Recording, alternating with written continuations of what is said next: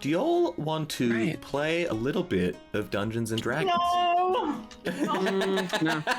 No.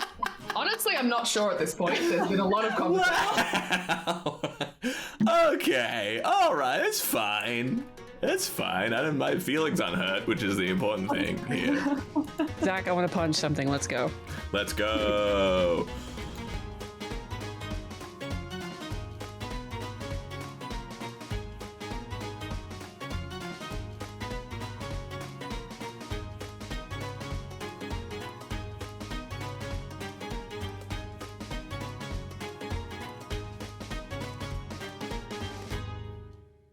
Previously on Postmasters. Oh gosh. All right. Our young hopefuls succeeded in the post officials, the test to see whether they would become fully fledged post officers, the road warriors of the postal service, the people who bravely go from city to city to deliver packages at low cost and not much pay. They succeeded heroically right at the final finish line of the test. The bridge collapsed and sent them and all their erstwhile companions smashing to the ground. Colton summoned the very divine power within him and channeled the power of his mum in healing everyone. Divine, isn't he? Dahlia bodily threw like I will shout out the 2 natural 20s on a disadvantage check to haul a massive boulder off of Colton.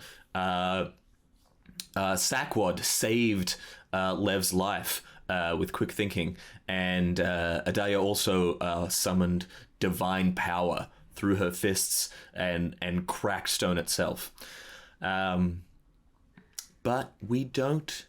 We pick up a few days later. This is the day of your new, the day that you'll be properly ushered in as fully fledged members. We open, as we did on our very first session, to a little barn off the side of the post officer's headquarters, where we can hear the unbelievably loud snoring of Sakwad.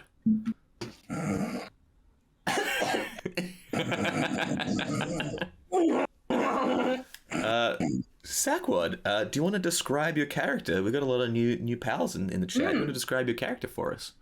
Sakwad is a jolly lad. He is a satyr. He is in his human equivalent of kind of like early to mid 20s, and he's very self-assured. He's very confident. He has a can-do attitude, but underneath all that bravado is a absolutely crumbling sense of self-esteem and insecurities. And he is he's a chunky little fellow. He's like a nugget on top of some goat legs, and he I don't know what else to say about him. He's kind of like the younger version of the Danny DeVito satyr in the Hercules cartoons.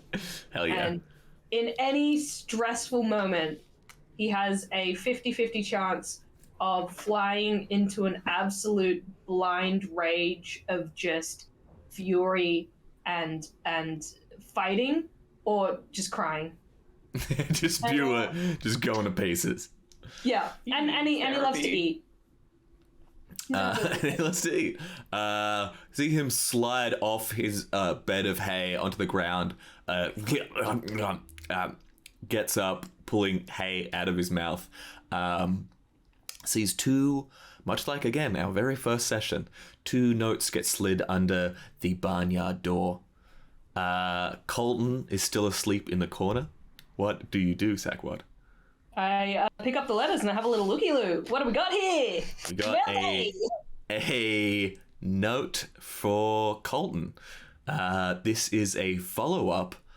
I believe in our very first session, you found the mail first and read it, reading that you had been disqualified from taking the clockworkers exam. Clockworkers are the administrative branch of the postal service. Your marks hadn't quite measured up, but Colton's had. The other letter you received that first day, there's probably a week ago from this point, was a schedule for Colton's exams. One of the letters is confirming you and Colton as being eligible to be fully fledged members of the post offices. The other letter is addressed to Colton, and speaks about rescheduling their exams if they still wish to become a member of the Clockworkers. I go and find Colton and I go, "Are you awake?" Hi. Colton, do you want to describe your character for us? Sure.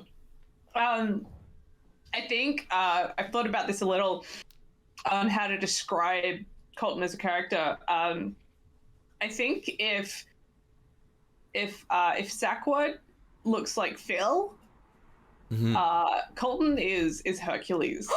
Oh, like young Hercules when he's all like elbows. Yeah. Well, yeah, kind of. Like he's good looking. Like he's a bit of a Chad. He's got this like wavy kind of golden brown hair, quite long. He's got 2 arms and 4 legs, for he is a centaur. Yep. He's a wonderful chestnut, I think, and he's got some little cream socks. And he's got a beautiful kind of golden brown tail, same color as his hair. Mm-hmm. And a cowboy hat, obviously. Hell yeah. And he's wonderful, and he just loves his mama. And our dog just pressed the button to refill his water bowl. Adorable. Doggo knows what he wants. It is Yeah. Reminder to hydrate, everyone. Mm-hmm. Yeah, reminder to hydrate. Yeah, thank you. Yeah. Thank you, Boatmeal. While Radley is off attending to the water, actually, we were watching Marvel's What If recently. If you've seen it, and there's this episode with a Thor that does not have a Loki, right? So he grows up without having Loki as a brother. When we were watching it, the entire time I was sitting there thinking, this is literally just Taya's character. Because he grows up not to be like conniving or any part of him is like he's just like a cool, fun, happy party dude. Yeah. Who shits himself when his mom's coming to see if he's doing the right thing. It's true. Yeah. It was hilarious. It was good. It was funny. Colton was homeschooled, and he was raised on the ranch, and he loves his mama. And Well, everyone loves Colton's mama. Yeah. Yeah. Whoa, easy. what mood are you in? He's a lovely centaur. Okay, all right. Wow. And Colton is being woken up out of your slumber by Sakwad, your very dearest friend. Yep. Are you asleep? No. Oh, good. Because I have these for you. They're letters for you. Look at them. Oh, wow. Oh, and none of these even have the slightest nibbles on them. I'm so proud of you, buddy. You've come so far. I can nibble them for you if you like. Oh, you. Oh, for all sakes time! And I put both letters in my mouth. No. And I try and pry your jaw open. Fish them out. They're a bit slubbery. Yeah. I tear them off a corner. Without any text on it to give it some. Throw it up in the air. Yeah, you try and like snap them. Yeah. You read these letters. You see that you have, permission to go to Postmaster Fletcher's office to receive your red brocade coat and hat to become a fully fledged member of the post offices. However, the second letter is your exam timetable readjusted, since you've missed some now, for you to become a clockworker. For the people who didn't catch the first couple of episodes, when these two when this letter originally allowing Colton into to take the exams came in, Sakwad scrunched up the letter and ate it so that Colton didn't see, and then lied to Colton saying that the letter never came. Rough. In a fit of pique, I think, from being upset that Sakwad himself had not gotten the exam. Oh, Sakwad. What? I just don't know what to do. What's wrong? Should I go to my clockworkers exam? Nah. I enjoyed all that adventure. Yeah. Chasing them sheep, them goats, trying to get those ribbons. You were good at it too. Thank you. And I mean, like, who even knows how clocks work, you know? I mean, I could find out. I think I could really help people. I think knowing how clocks work, I don't think you should get involved in witchcraft, dude. I think it's a bit dicey. Sakwad, I use magic daily. Yeah. Okay, I think I could really help people being a postal worker, you know? I agree. Traveling, taking people their mail. I agree, and this is your decision that you have made independently. All right. You're really pulling you're pulling some teeth here, buddy. I'll stick with you, and we'll both become postal workers. And this is an independent decision. Yeah, independent decision. Woo! We cut to you heading through the postal headquarters, coming up to as you enter the kind of waiting room before Postmaster Fletcher's office. You head in there, see the secretary that you saw on your first day, your first session here. She's like a elderly half-orc woman, crescent spectacles and a little chain, and Dio, friend, is waiting in here for you. Dio, would you like to describe your character for the gang? Howdy, Sure. ma'am. Daya is a pale-skinned Goliath. She's really short for Goliath, so she's 6'7". Usually they range from like 7'2" to like, I don't know, 9 feet or something stupid. So she's small. She doesn't have any sort of modeling or like tattoo, anything outside of like some cracks going down her left arm. Barely resembles pretty much any of her Goliath heritage, almost in any way, outside of that modeling and the soft glow of her eyes, and like the little bone platelets on her arm. She has a shaved head, with this almost, I want to say like just this like that blue-black kind of, like deep blue-black kind of hair color. She used to fight in the pits when she was younger, and she's been running a inn for the past like 15 years since her parents adopted her, and she's been doing that for the past year since they passed away. So yeah, she is loyal to a fault. Even if it's to her own detriment, wants to protect literally anyone from experiencing the same things that she experienced when she was in the pits, but is hesitant to start fights outside of any other circumstance of it protecting someone else. So that's her whole shtick. That's basically her. As we see Daya and Sakwad and Colton enter, see Daya puts a note in her pocket. We see, as the audience see what it says. It just says, "You go on ahead. I'll catch up. Be safe, Lev." You found this tucked under your door before you left this morning. But you see Colton and Sakwad come in. Howdy, ma'am. Good morning. Have you eaten breakfast? I have, but would you like something? Yeah, what you got? What do you want? You got scraps? You got little scraps? Does Daya just carry snacks? I will. Did you say Snack, scraps? I heard scraps. Oh, I heard scraps. I'm just gonna go into the back and just like grab some fucking slop from like a pig trough and just put it in a bowl. Are we at You're in the office. You're in the office of, or the waiting room before the office. Oh, we're in the waiting room. Okay, I thought we were in yeah. the bar. Lollies? Doesn't she Yeah. have a big jar of lollies? Excuse me, I yeah, misread she that. does. I As love you how run up to the counter. This is what you remember. Yeah. Well, hello there. Oh, a very important day for you lot, huh? You're going in the big. You're gonna have your coats and your little hats. You're gonna look so cute. Why, Your yes, coats? I am. Yes, man. Oh, it's always lovely to see you, Colton. Always so polite. Your mother must be so proud of you. And Take she off gives, my hat and I hold it.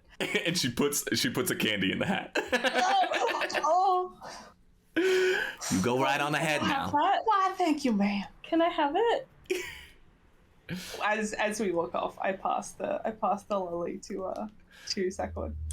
You see the secretary waves, and the glyphs guarding the door to the postmaster kind of dissipate, and you enter. And as you do, we actually fade to black, and on the screen just reads 50 years earlier. We see a young Postmaster Fletcher. The woman who would be postmaster, that grizzled squint replaced with a hopeful glint in her eye. She's bloodied, standing like a boxer in the 9th round at the edge of a cliff, fists raised up opposite an insane horned demon with a halo of interconnected spinning discs. The young Fletcher rubs a nose, snorts, and spits blood. And as the demon rears back a huge fist, she merely braces herself, ready for the blow. As she does, it comes down, a tear in the air as 2 portals open up on each side of her, and a figure emerges from one and crash tackles her into the other. The 2 land close enough away where we can still hear the boom of the fist crashing into the earth. The other woman drags Fletch to her feet. She's a centaur, holding a crystal staff, orbs of light circling her. Fletcher pants. Have I been a punching bag for long enough, Layla? Layla looks down and is like, ask Grumpy. Layla gestures to an Eladrin in black robes finishing the last glyph on a massive runic circle. Your work was satisfactory as always, Fletcher. They look up to see the massive creature charging toward them, only 100 feet away.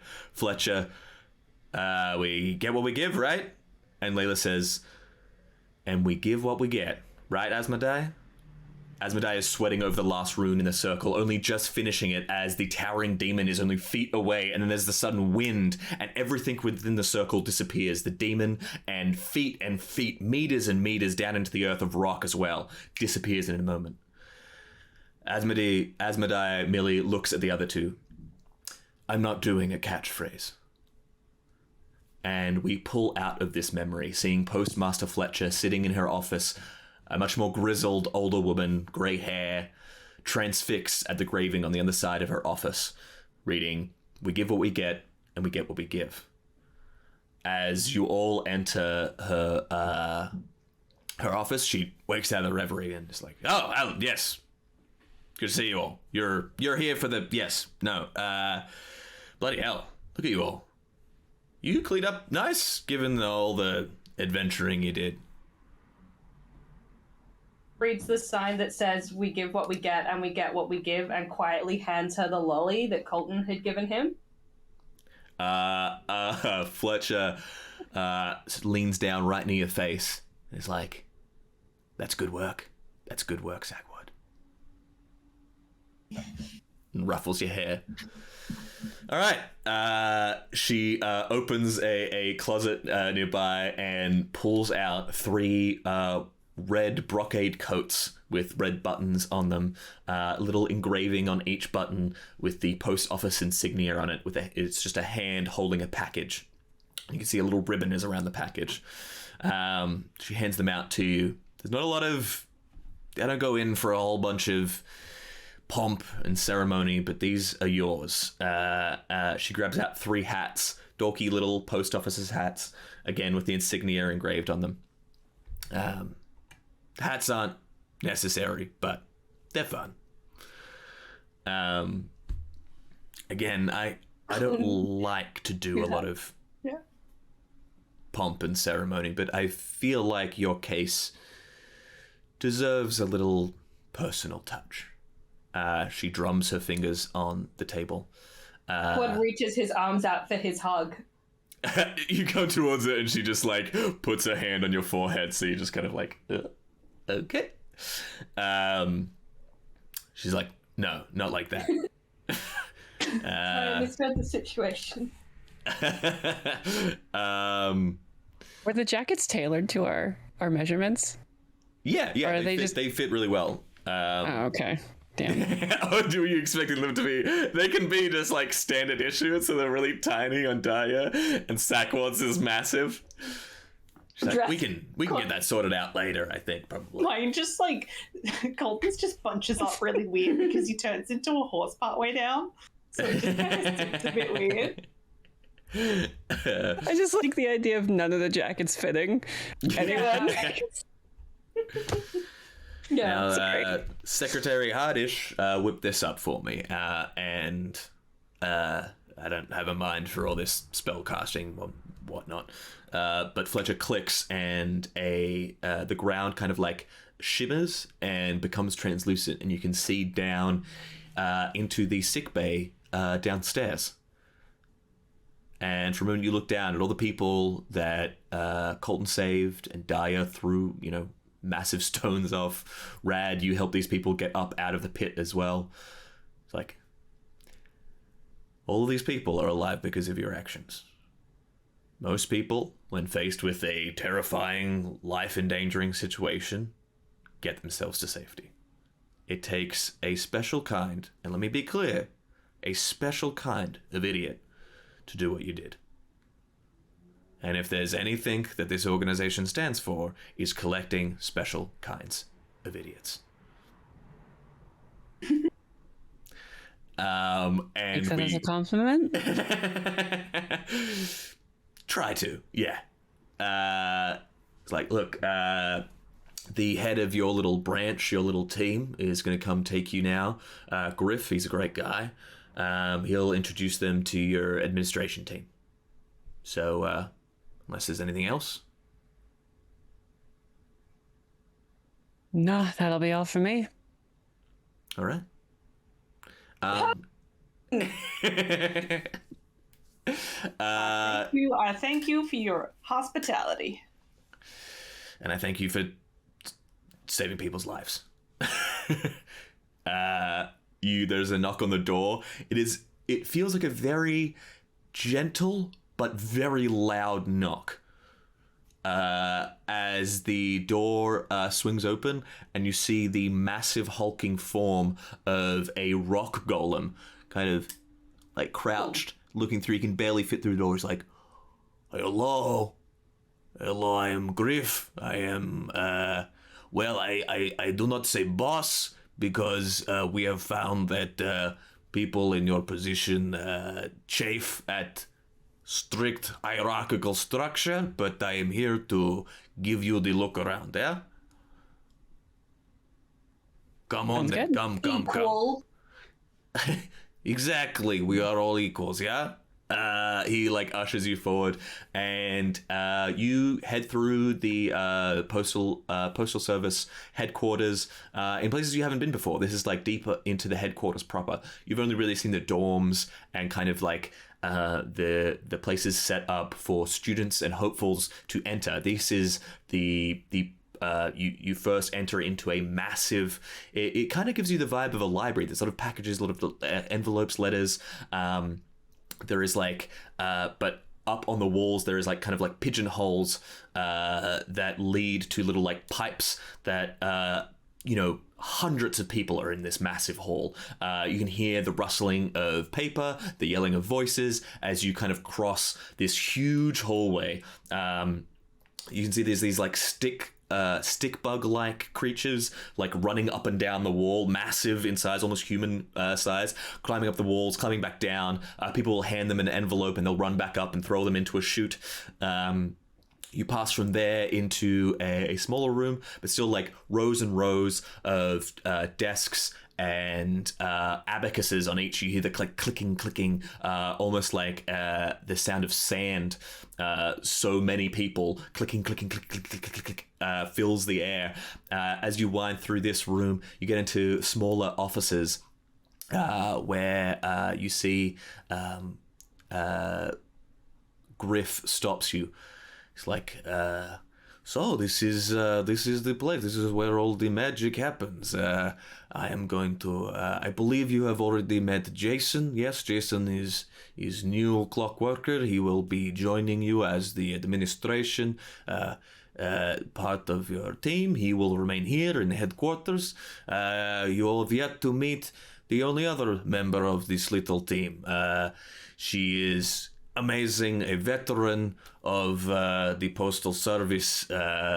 It is general when we have a group like this who is new to pair them up with someone who knows the ropes. Very competent, very has been a part of the organization very long time. It'll be great to meet her. And we cut into one of these offices through this door, which says Keeley on the front. Into an office. Keeley, do you want to describe your character, please? So Keeley is one of the rabbit folk, a Harangon. Small, very small, quiet, capable is a good word to use. Mm-hmm. She speaks only when necessary, and it is because what she has to say is normally to assist. Mm-hmm. So oftentimes it is in response to, or if you hear her speaking when it is not in response to, you may be awakening something from the small. Yes. After we hear how capable and experienced this person is, we come through this door and we see Keeley standing kind of in, like semi-crouched, looking at her desk as the resident post office cat. This like grimy tabby cat. It's like an older cat with like fur all mismatched. It's got its own little red jacket. Sitting on your desk, and it's slowly like almost pushing off this massive stack of very well ordered, very deliberately ordered stack of packages. And it's just like, this is really hitting in a bit of a personal spot. You came into your office to see this happen, and you know if you jump at her, she'll likely just knock it all off, but she's just waiting for you to act.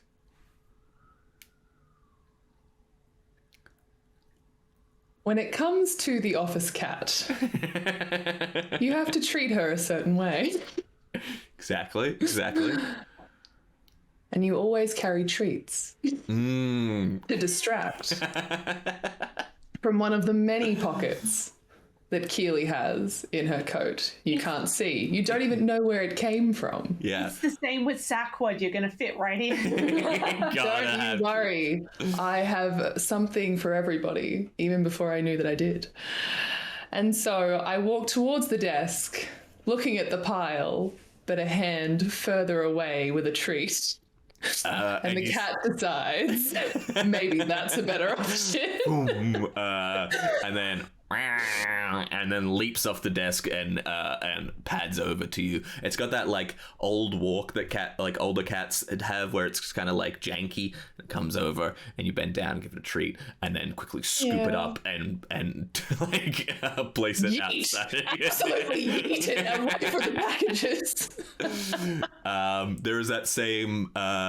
You've come to recognize the knock as quietly as a giant stone fist can. Bang, bang, bang. Keeley, we are here for the rest of the gang is here. I have collected young Jason. and you hear Jason enter your office. Jason is a young satyr who has been a new clockworker to work beside you. Or rather, like, he'll be part of the administration while you're on the road. He's like, hey, Keely, it is good to see you again. I am very jazzed. You have nothing to worry about. All of this will be exactly the same as when you found it. Except for the packages will be different packages. And the letters will be different letters. Hopefully. Probably. Is that good? That should be happening, right? Yeah. Thank you, Jason. Yes. Sick. Thank you. All right. Yeah. Mm-hmm. Do you want to come meet my friends?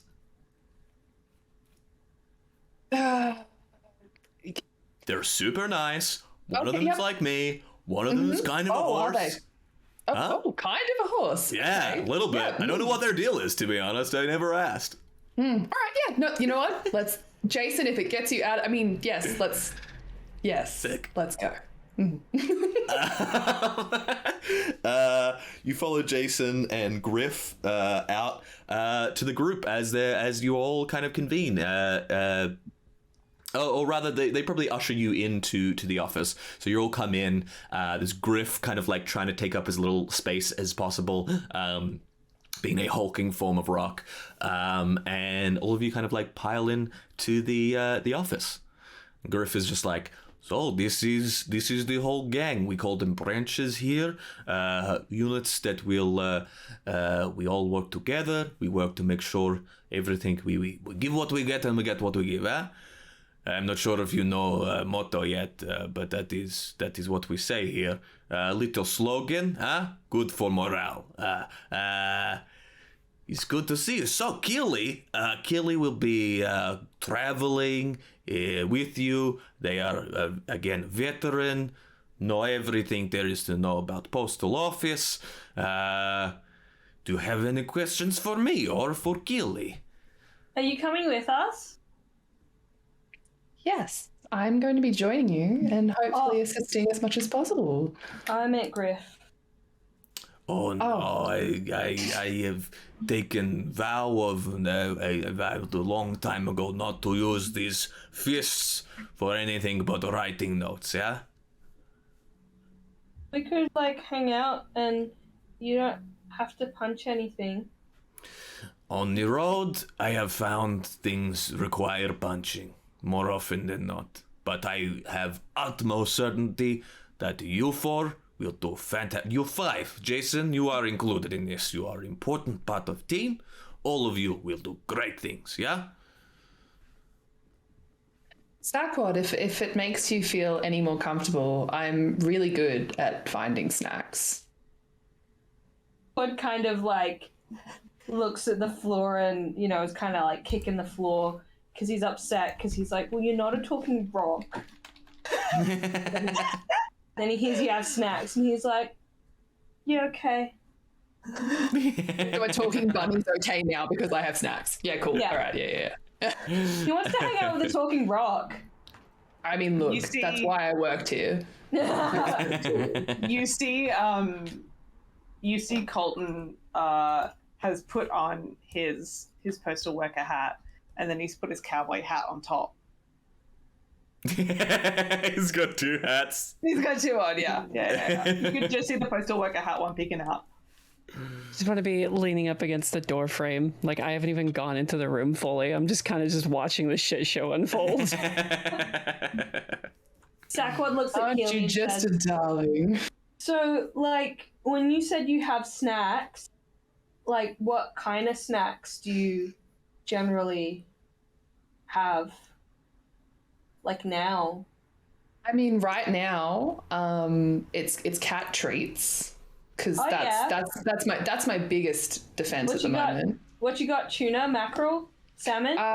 It's yeah. Catnip? Well, I mean, look, it's actually chicken jerky because Oh, yeah. you know, yeah. So Well, it lasts the longest. It's Some good. people call that a cat treat, but you know, I find that chicken is a nutritious snack for many people. Jason Like is you? like, yeah, Maybe? it's pretty good actually. It's like, Jason is. I didn't. Not that I personally took your. You took the last I bag, did. didn't you? That's why I had to buy it a month early, isn't it, Jason?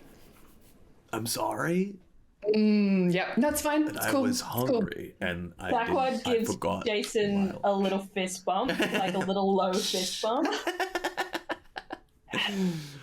Scientifically, chicken jerky actually does improve the code of satyrs. So, like, What can I say? I was meant to be part of the group. All right. Let us. We have a few things to get through. This may take a few days, but first things first. How about we put together our little carriage, huh?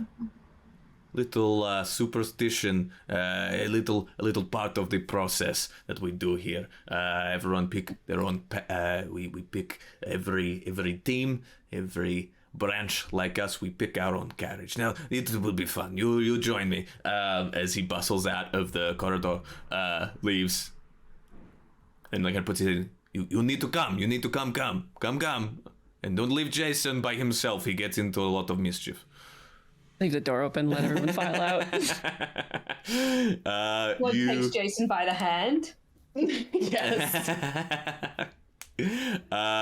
You all head out. He leads you out of the headquarters and into near where the barns and such are. Actually, like near where Colton and Sakwad you sleep. And into a kind of like a warehouse that's usually kept locked. He walks over, unlocks it, opens up these two massive doors, and in here are these like slightly dilapidated, but a row of old carriages. Some of them bear the mark of the postal service. Some, as you kind of like walk through this like massive area, you see like some people in here like working on the old carriages.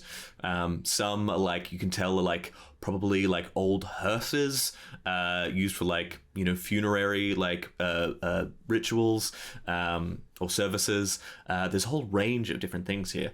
What we're gonna do is out on the road, basically, this carriage will be your little like home away from home, your little mobile home. You all can decide some various parts of it. So you're going to decide what this carriage is, what it looks like, what it maybe was used to be used for. Firstly, and well, there's a few other things, but does anyone have any ideas what they think would be cool? Like, what do you find in this? No. Why? Because of the height discrepancy, can the inside just be magic? So you go through the door and it's just fucking massive. Yeah, it's Sydney. It's an eastern suburb Sydney mansion inside. Yeah. So that's actually there is I think a spell for something like that. Yeah. So there's like Lima's tiny hut or something. There's a really high level spell that's like Mordekainen's magnificent mansion that kind of like creates a doorway that is massive it's like a whole mansion on the inside. I think this is like somewhere between Liamon's tiny hut and that, where it's just like it's a little bit a much bigger carriage. Yeah, it's like a studio apartment in the inside. Yeah, it's like, so we can actually fit a horse and a Goliath in there. It's gonna need big doors. That is the. So one of the things I was going to say, what's the special feature of your carriage? And I 100% like if you want this to be like on the inside it is a carriage, like the doors don't open up straight to the special inside, but maybe like there's a little trap door in the ground that you open up and then you can kind of like descend probably a little like kind of like steep little stairs, and then you're in this kind of like pokey little area. I love that. Yeah. Can it look absolutely beat to shit like your first car? Yeah, you want it to be like a beta carriage? I just want it to be completely beat to shit, yeah? It used to have wood paneling. It's like, why did we think wood paneling was good? Scrunched up Macca's containers in the corner. No! It smells like Hungry Jack's if you like left it in the car over the weekend. Yeah. What do you guys do on a weekend? Eat Hungry Jack's and leave it behind. This is my bar. This is when we go to my grandmother's place and we drive for 3 hours south to go to my grandma's place to stay with her for the weekend. We get a little like, we got maybe a little Hungry Jack's on the way. Bit of Hungry Jack's. we eat all the food, but then if we leave the Hungry Jack's bag in the car and don't throw it out over the weekend, and you come back and the car's like, smells like Hungry Jack's. Flame grilled. Oh, that's a whopper. This stream is not sponsored by Hungry Jack's. Funnily enough, But non-sponsored. if it was, Funnily enough, we saying. have to pay Hungry Jack's. Pay Hungry Jack's for the indigestion. We sponsor them. can it have like this like almost Victorian kind of look to it? Yeah. So like it's this old dilapidated Victorian carriage, but on the inside it's just this. Like at some point it was fancy, but now it's just like beat up and run down. I would say that it could have probably been a hearse or something. Yeah. Shaped like a pumpkin. Yeah, like for formal, it's like formal, but like Shaped as a parts of it pumpkin, has yes. had to be replaced with other bits of wood. And so like it used to be made of mahogany. Now it's like maybe like a 50-50 with the other parts of it. Like oak and beech. Question. Yeah. I like how we My- have to get the slightly shit carriage because it's the only one that'll fit the centaur. Yeah. It's like, So- you could pull the cart, but that really feels degrading. Yeah. Oh no, I had that thought too. I was like, Yeah, I don't know had about the thought of like, are we going to have a horse pull this? Because that's going to feel weird. You're So- like looking out the window the whole time at the horse, just being like, "Oh, I'm so sorry. You remind me of my dad." Can the carriage be my parents' old carriage that was sold Ooh. when they died? Yeah, it's like their because The one that they would use because they were a rich couple. Yeah, they just traveled around, right, in that carriage. It wasn't like for a particular purpose, but it was like but now it's like it's had like years and years on the road. It's like it's a little run down. I love that. Yeah. So run down. we in my notes, find like, that in the shed. Yeah. I want to know what weird stuff you hid in the walls of that carriage when you were a kid. Yeah, they're like little scribbles and stuff in it from when you were a kid. Yeah, you find like you like get in here and then Di, you recognize this as your old folks, and you're like, I wouldn't even give the opportunity. I would just go straight that one, and I would just walk straight to it. Yeah. You get in there, you're like, I remember, and you like lift up the trap door and you go in, and you're like, there's a little room down here, and everyone like kind of crowds in. You see this place is built for halflings, but it has been like there's been extensions made to the magic to make it tall enough for Daya. Because Daya's adopted parents were halflings. So it's weirdly like there's all this stuff for very short people and then for very tall people. There's like on the corner of the kitchenette there is like lines, and each one is like age 6 Daya, age 6 Daya. When did they find you? They found you as a child, 15. right? 15. Right, so there's 15, and already like it's like way up higher than they would have been able to reach, and so it goes There's a like, way up. ladder next to it where it's Climb up, dude. Oh, look how tall you are, honey. Like there are. I don't think that there's like a ladder, but there are little like notches cut into the wood for like little footholds, Yeah. so you can like kind of clamber up.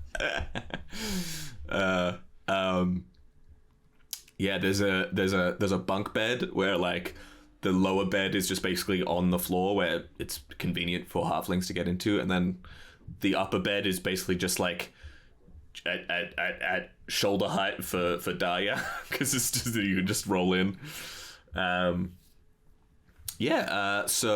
you've got the kind of what it looks like.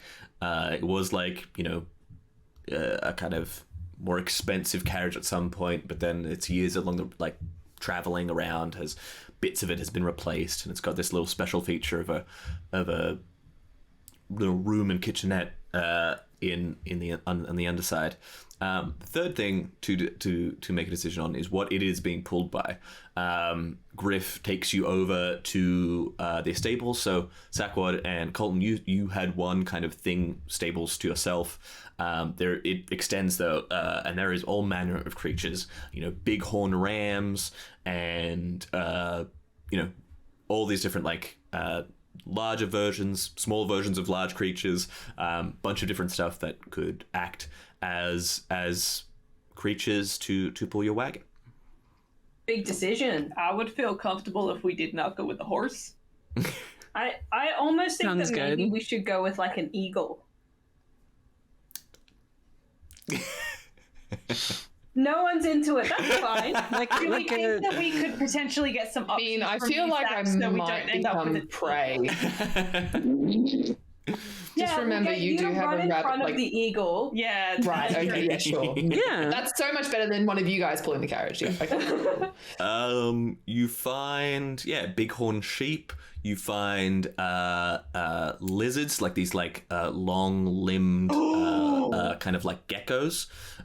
You find down by there's like a workshop where you find these massive kind of clockwork contraptions that you have to wind up at the start of every day that will just clink clink clink clink clink, kind of that you can pull and direct, that a kind of gnome is working on.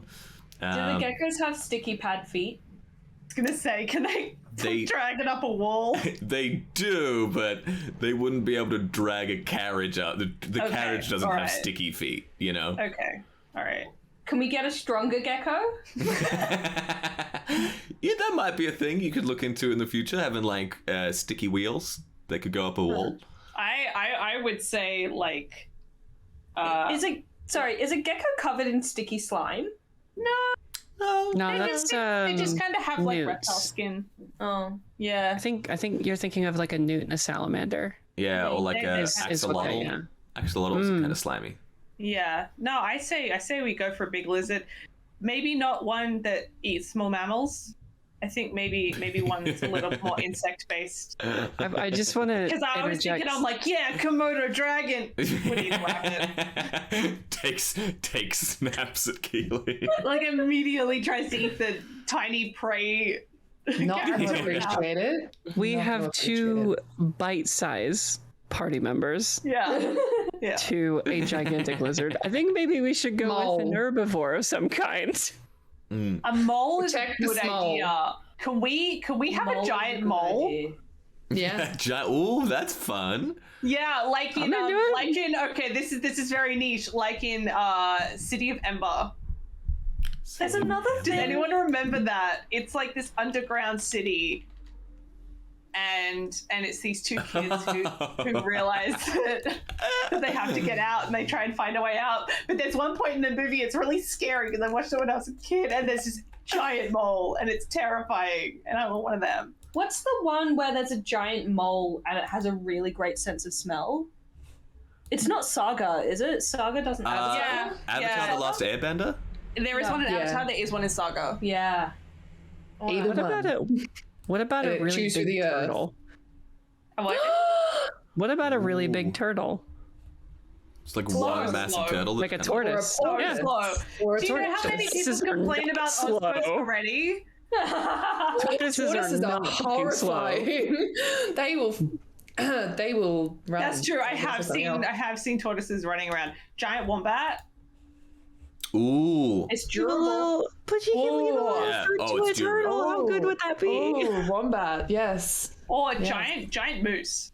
Or just regular sized moose, honestly. No, moose is- Giant moose. Moose are already You said enormous. giant. We're doing it.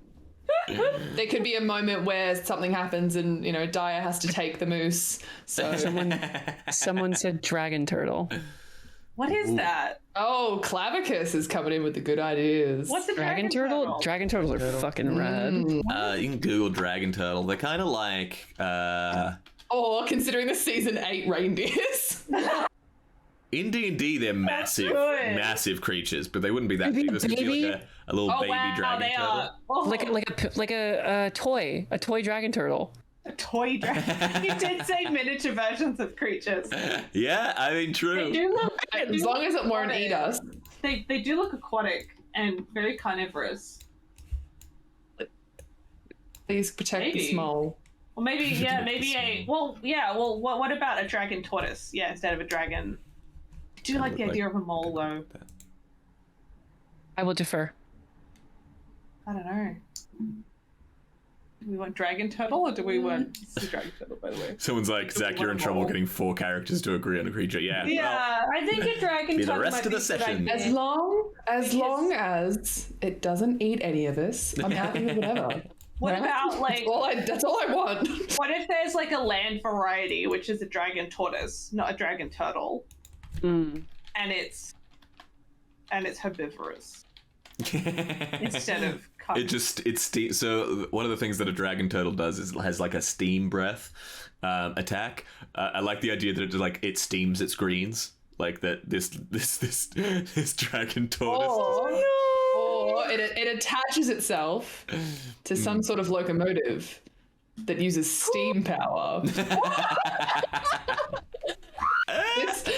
This could work. We can travel at very high speeds. This is very true. Klavik is saying you can have everything on the dragon turtle. Like, do we want to mount our carriage onto a dragon tortoise? Oh, I love it. Okay. That would slap. Okay, you've been walking down the different stalls looking at stuff, and then you're kind of like, oh, this would be good, and then like you're like, oh, what about this one? And then it's a Komodo dragon that takes a swipe. It's like whoa. And then you hear like a rustling as you see this little gnome run out. He's like, I've done it, and he's just running just full pelt away from his workshop as you see this fairly large size. So it's so categorically it is large sized, or maybe large sized. Kind of walking out, and you hear pistons like kind of like steaming as a creature comes ambling out on four limbs, one prosthetic kind of like steam powered tortoise limb that it will occasionally like look over and go and like blow steam into, and then here's a back up and down as this thing kind of walks out. It looks very unsure of itself as it kind of like looks over at the group. What do you all do? I want to immediately go up to it and try and pet its nose. The idea that like Daya and Keely like fall in love with it and fight for its attention the entire time that we're ever like having to use it. So I'm trying to get treats. Daya's trying to show how cool like and how strong Daya is killing things. Like, did you see showing off like in front of this thing? Like it doesn't care. So dragon tortoises are much smaller than dragon turtles. They have a decent speed once they pick up. Their shells, unlike normal turtles, are kind of like spiked, and they have kind of like ridges of little spikes all over their head. These big like round limbs, like an elephant almost. Thick and sturdy, but one of them you see has been made of this like brass work. As the gnome comes back and he's like, "You wanna take him off my hands? Feel free. He's roadworthy." Absolutely. As this thing kind of like looks over at him and just like out of its nose, like two jets of steam like wilt some plants around you. I need everyone to make an animal handling check. Oh, darn. To see which 22, baby, not 20. Fuck me. This is my best friends. What's good? Wow. You. I got a 10. You got a 10. Colton? 15. 15. Keely? Animal handling is 11. 11. All right. So it definitely takes to Daya. Daya, you're the largest one. It can probably see you the best, to be honest. And you come over to it. What do you do to kind of make friends? I walk up to it slowly because obviously he's a bit on edge because, he's kind of sussing out the metal leg and a little bit unsure of it. And I just, I've already said this before, but that moment where Hiccup puts his hand out. Oh, yeah. And I just leave it there. Yeah. And I let it come to me. Yeah. And it just like, it only takes one step. It only needs to take one step towards you. And as it does, it just, and its huge head brings down to you. Its head is probably the size of your kind of like whole body. And it kind of like, and then it like turns side because its eye is kind of on the side of its head, kind of like reaches towards you. You can see its pupil narrow, brings up, and then like puts it widens its mouth, and you can see like the inside of its mouth, these massive, unlike a turtle's mouth, which has like kind of barbs inside. It has these like massive. Turtle's mouth looks like. Oh, you want me to tell you turtle facts? I can tell you fucking fuck. turtle facts. Don't try me, Brad. I love this. I don't want any trouble, man. I don't want any trouble. You know the weird things I've had to look up to be a DM? I know what the inside of turtles' mouths look like. I know how old locks work, alright? I know useless information that will never come up again. It's not useless. We need you. It is truly horrifying, by the way.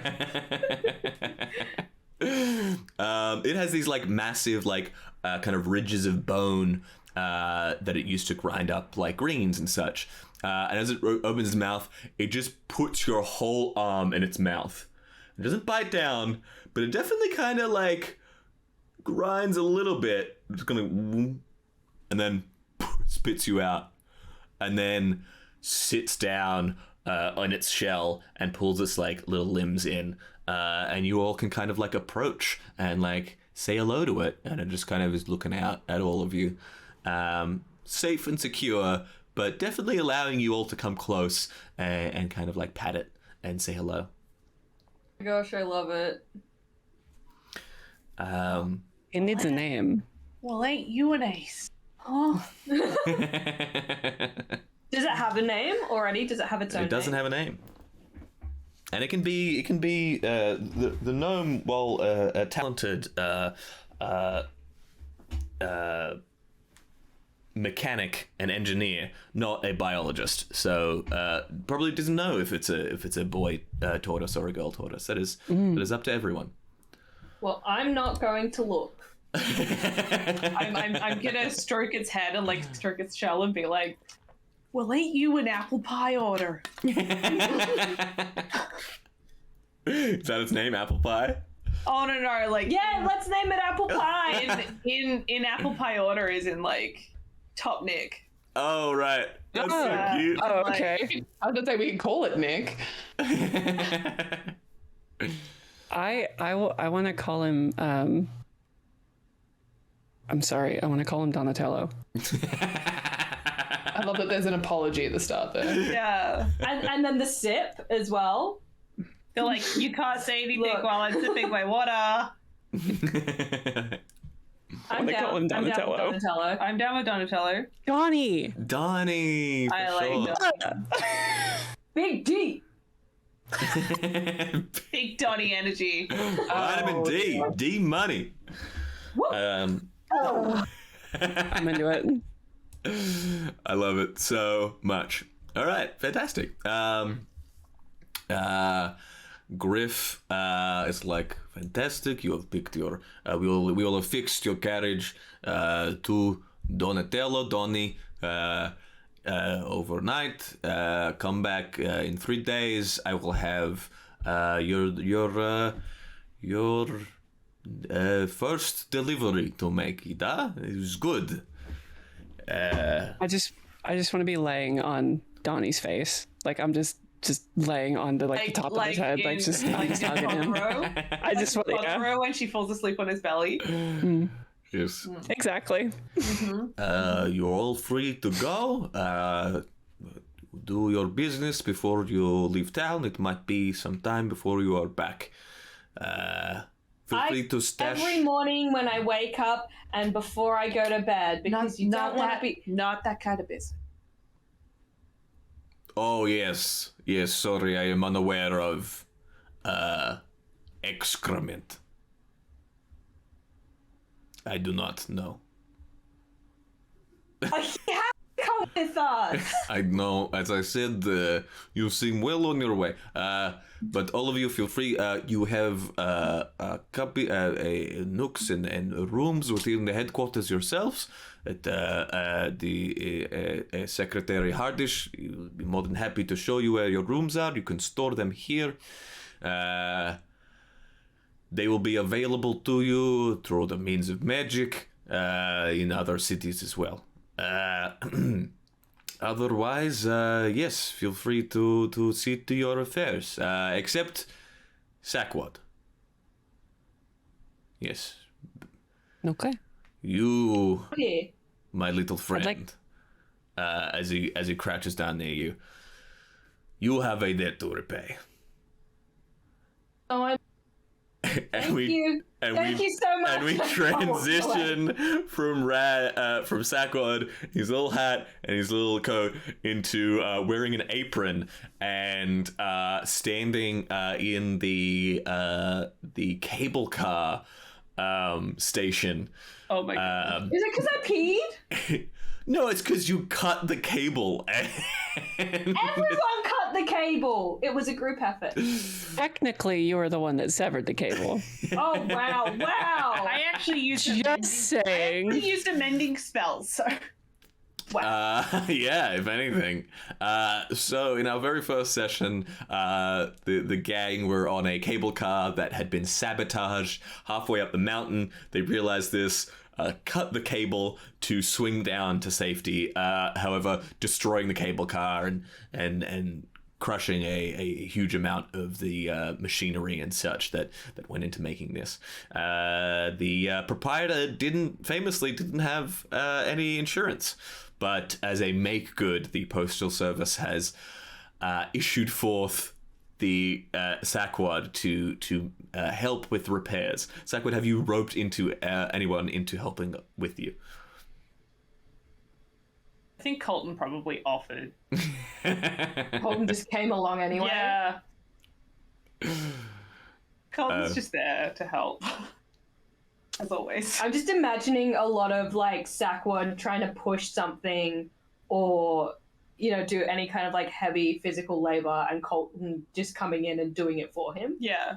Like a lot of like trying to push a big box Yeah. and he's just struggling against it and Colton just comes and is like, boop. Yeah. Anything you're struggling with, he comes and helps you with. He doesn't understand that this is actually probably detrimental to you becoming an independent person, but That's never gonna happen anyway. he just wants to help. He just wants to help out his friend. The little gnome greets you. Is like, it is good you come back. You destroy my business. Sakwad, we had You just make your own understanding. business. You by told not- me you would not. You made promise. You made promise to me. Huh? What you I don't do? You recall cut the saying that. cable.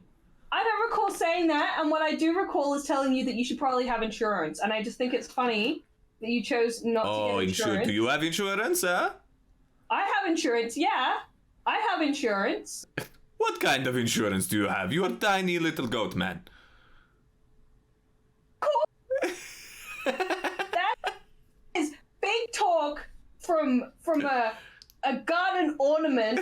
All right. Okay, all right. way. This is the real reason I showed up. And I like bodily, I'm just gonna like get in between them, but like I'm gonna have to like crouch down on my legs because they're both so short they can argue onto my legs. So I'm just gonna like settle onto the ground. The little gnome's wife comes in. Is like, hey, and like breaks her, like stops her husband from like getting to head up about it. He's like, okay, all right. You're here to help. I appreciate it. Look, it would the carriage itself fell down in the tower. If you get me the ratchets mechanism that attaches itself to the cable, should have fallen down with the wreckage. It would do me great help. Thank you very much. Also, screw you for breaking it, but also thank you. Also thank you. Is this okay? What do you say? With you? I say it would be my pleasure to help the Queen's most favorite garden boy. And then Okay. and you just go to that, and the wife is kind of holding him back, and you'll head out. So Sakwad and Colton, you're kind of like heading through the forest outside of it's daylight. It's like a fairly safe time to be traveling through the forest outside of the city of Anktor. You can see the Mount Kelebor in the distance. This is the kind of the path you took. You're kind of following the massive posts that come out of the forest, which suspend the cable cars, which now kind of not running right now. You kind of pick your way through the forest. do we want to cut to do any of either Keely or Daya have anything you want to do over the next few days before you leave this, basically? I wanna go to the carriage because it's been here for presumably a while, and I just want to start like cleaning it up a bit here and there, and then maybe just finding a little bit of bits and bobs from like growing up over the past 16 years or whatever that I might have been in this carriage, and going to the places with my adopted parents at the time, and just cleaning it up, just making it presentable in some way. We see Daya scrubbing up, and you go through some of the drawers, and you find this old map. It's kind of like you have to be very careful as you unfold it. Keely, feel free if you want to be here as well. If Daya, if that's okay with you, if you would have invited this person in, feel free to jump into the scene if you would like. But Daya, you open this old map, and as it's falling apart. But as you open it up, it is the map of Astor and Ravenna, which is you're in Astor right now. That's where you can see Anktor to the west.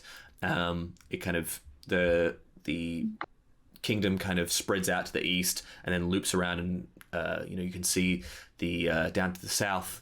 There's the Lafayette floodlands that turns that kind of is the natural barrier between Astor and the Empire of Ravenna to the south. There's all these places you never were quite studious of maps, and maps are quite expensive now as well.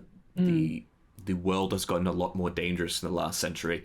You know that much. So there's all these places that you've never heard of or seen of before. There's the wastes far to the south that is just like labeled that way.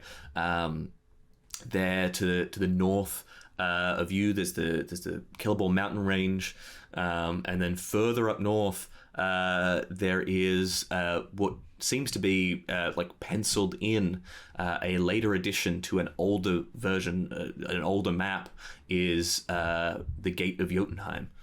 And across this whole map itself, there's little notes and figures and little kind of passages and notations of where your parents traveled with you.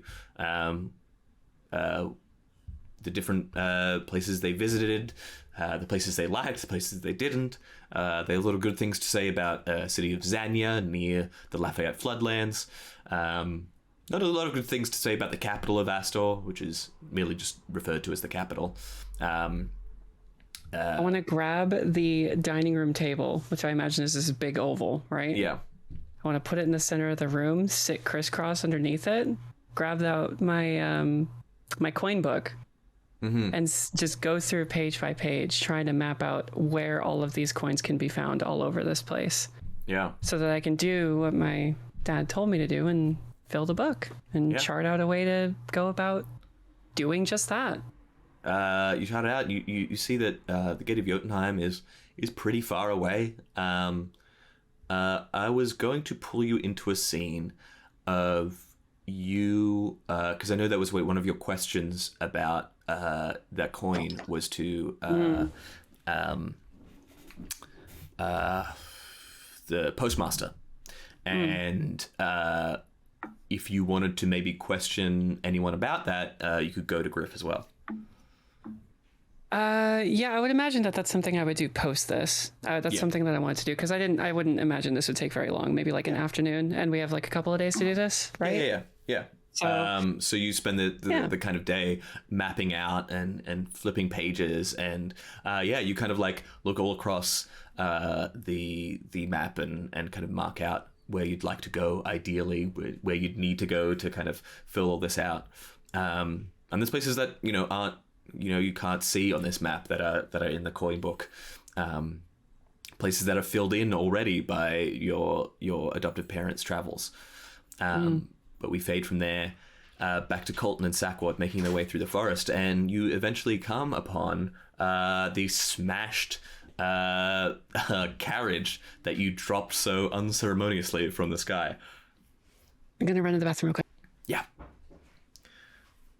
Can we see the gears that he was talking about that he wants? Yeah, absolutely. They're on top. So the thing has like fallen, and this thing was like, you know, a decent size. It was the size of like a very, very large carriage. It fit Colton in it. It did indeed.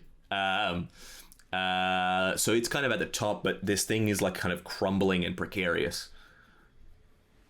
What do you want to do? I feel like Keely, considering not knowing who they all are, being very studious of what she has been doing with the post office, and knowing that she has to leave that comfort level that she has. Yes. Has probably been following and watching what everyone's been doing during this time to try and get to know them, get to know their personality traits, get to know like the interconnection that's already established with the community. And at this point, you guys have reached that, but Keely's actually followed and is there. We see this little rabbit darting from tree to tree. Yeah. And instead of putting them at risk and knowing that it would be too difficult for Sakwad to get up there, and obviously much too heavy. Yeah. Keely gets themselves up there and lets them know, like, hey guys. Yeah, as you kind of like make your way around this carriage, kind of looking for how you're going to get up, you kind of, both of you walking around, you just see this little rabbit head boop, poke over the side. Hey guys. Well, it's be darned. It's the rabbit. Yes, It's the bunny folk. it is. What are you doing here? You didn't walk with us. Well, I heard you around, and just I thought perhaps you might need my assistance, and it seems that might be the case. Pray tell, what were you doing in this fine forest? Well, I don't lie. I was spying on you both. I need to get to know you. It's a little bit scary for me at this point. I'm leaving all that I know to spend a big portion of my life out traveling with you guys. And look, You know us. Why don't you just walk with us and ask a question? Well, all these questions that are happening now are why. I'm not very good at this. But let's get back to the task at hand. I hear you have a gnome that you've upset. That little garden ornament. Who cares what? Yes. All right. Yes, I did hear the conversation. Thought that maybe you could use my help. So, yeah, small rabbit here to assist. If you would have me. Do you have any cat treats on you by any chance? I was just about to offer one, actually. Yes. Sakwad quickly snatches the treat and like starts nibbling at it, and then looks at Colton and offers him half. Oh no! As I have said previously, I am a vegetarian. It does not agree with my stomachs. I feel like this is where Keely would like pull out one of the many pockets and would end up with like just something for Colton to be like, oh, don't worry, like I've had to weasel my way out of many situations. I have an array of options. Would you like Single something celery stick? Yes. Yes. I got that on the way here. Yeah. There may have been a farm that we passed through. Okay. So then, Sakwad's just like, well, we'd love your help now that you're part of the team. We need to take this gear back to the gnome, and I'm just not really sure how we're going to do that. I am perfectly happy to assist in carrying, but in terms of climbing, I have climbed this machine once, and I am not so happy to do it again. Keely, quite light-footed as you are up there, this thing has suffered severe damage. Anything heavier than yourself may like crack through, but you see that the kind of gear and ratchet system is still on top of the thing now loose from its cable. It's quite an intricate kind of like system of gears and kind of like well made, but it's kind of there's two kind of massive wheels that are half the size of you. So getting this thing down is going to be a little bit of an issue. But the wood that kind of connects it to the rest of it is quite weak. Feel like it would be one of those moments where, you know, Sakwad's enjoying their snack. Yeah. And Colton is stoked at being handed something that they can eat that Sakwad has no interest in. Yeah. And so there's like, and Keely's just staring and has climbed up and gotten close enough to it and decided that without really talking to them, who they're just enjoying their snacks. Yeah. You know, they're like Great. stoked. And Keely's just decided that we can do this.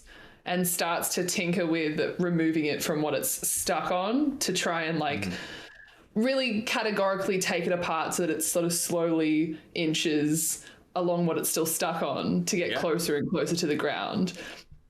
Perhaps forgets to tell Colton, like, I need you to grab this now. Make a You're like, I can do all of it myself. I don't need any help. Rabbit folk have got this. It's twice my size, but I've got this.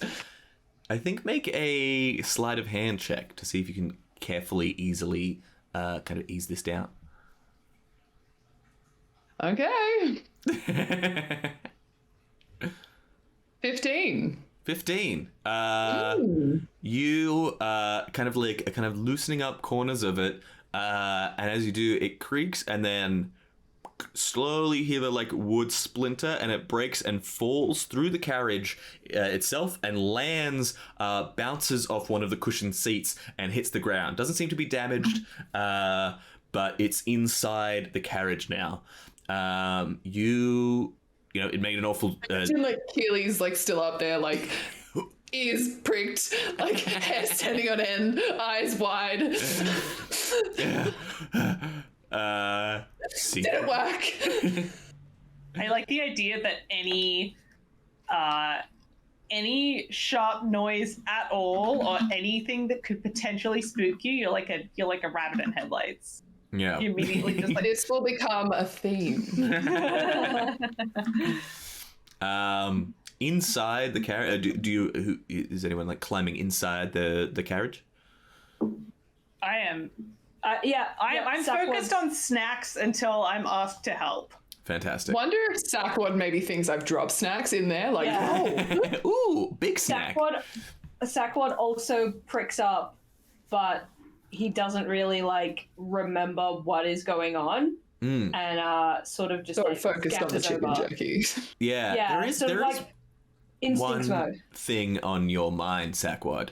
You remember the fateful day when this carriage crashed to the ground. You're up there.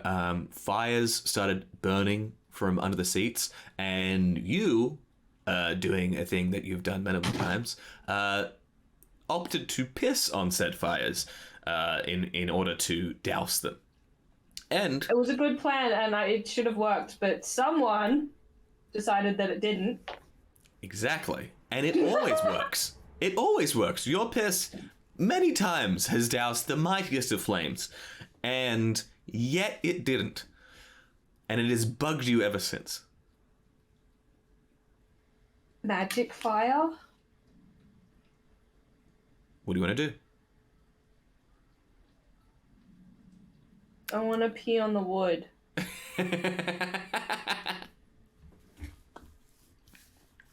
So is this a running theme that I wasn't aware of? No, it just happened once, but I thought it would be a lead-in to you doing some kind of investigation or looking further into the carriage. Doing an Arcana check, Like literally anything. I don't know what those are. All just I was thinking peeing is on it again. Well, you could say No, let's It's fucking not go. Let's still fucking on. go. It's not still on fire. yeah, but I thought maybe my pee would awaken something. It's true. There might be some memory in the wood. It's not like you peed on it and then it caught fire. Like, it's not what that happened. That's magical fire. That would be Let's go. magical. What Radley's describing The piss is already out. is a quizzical pee. You know, when you gotta pee and you gotta think about something. Oh yeah, true. It's like a shower thought. It helps. It helps It's a get that thinking blood pee. flowing. Yeah, It's a thinking pee. Keely, you drop down into this room as well as Sakwad comes Not in. on the pee. Not I on the will pee. be very.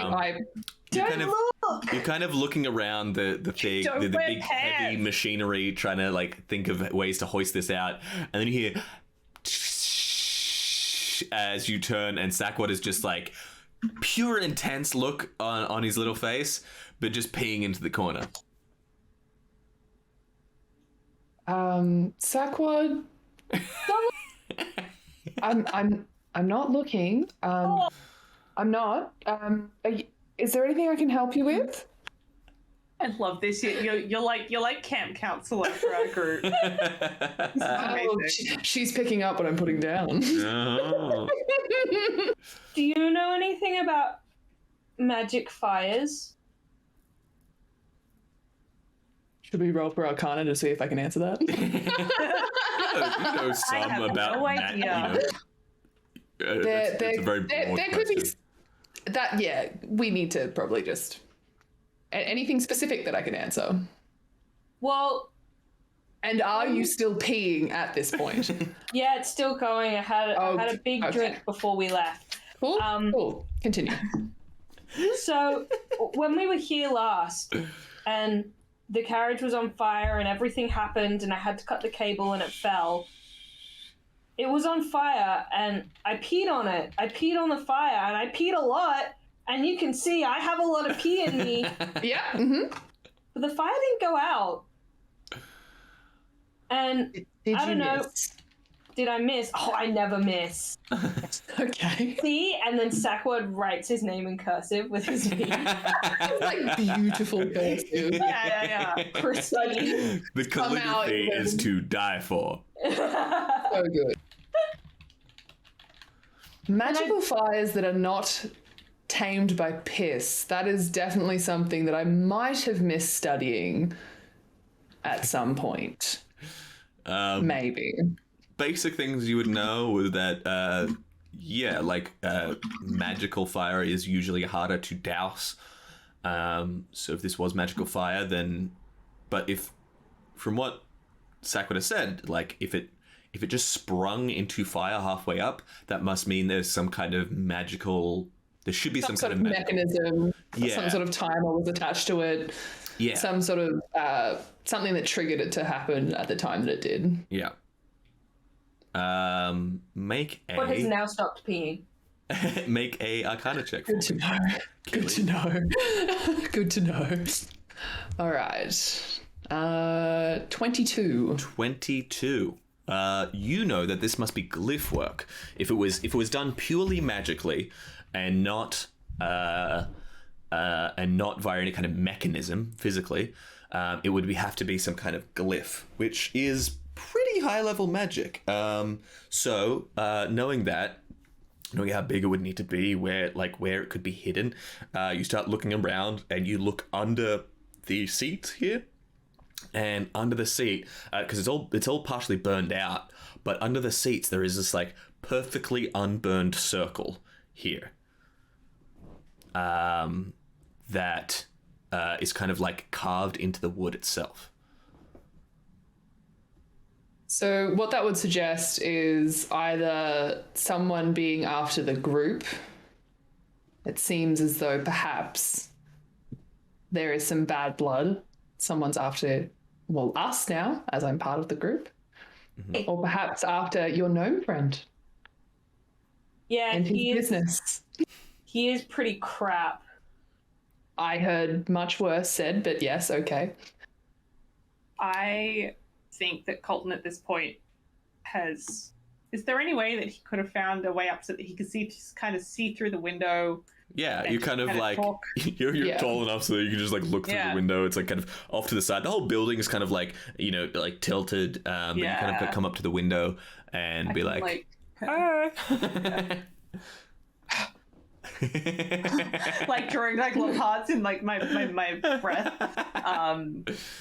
I think I He's like looking around trying to investigate things, and she like lifts up and just like calls hello. I think Hi. when you're talking, I want to actually help out with the investigation and talk about how we did meet a group of other adventurers who we clashed with. There might have been a bit of a physical clash. Yeah, a little physical altercation. Maybe a little physical altercation of the decking variety. Was there any piss involved in that particular scene? No, Okay. thankfully. Just clarifying. That That's you how know of. Sakwad had so much for the fire. Yeah. And did we see them doing anything as we were going up? Thinking back on that moment, I think it was actually you, Colton, that succeeded on this something. on this check. Was that, 4 people came in. It was the Eladrin, the who you now know is called Zev, the Minotaur Nim, the Furbolg, whose name is Ori, and there was a rabbit folk as well. They came in. You kind of started up this argument with them. You weren't necessarily paying attention to every single one of them, but you noticed right at the end when you jumped onto the carriage and it went off, that the rabbit folk kind of rejoined the group. So you suspect that maybe they stepped out and stepped back in.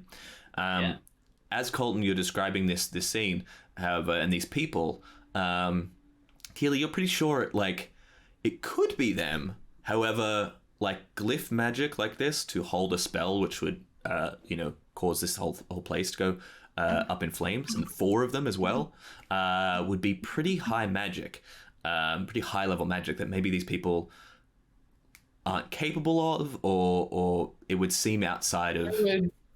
I would definitely be questioning, a group of adventurers, bandits, being capable of higher level magic of any kind, let alone higher level glyph magic, which, from what I can understand, would be from your certainly above.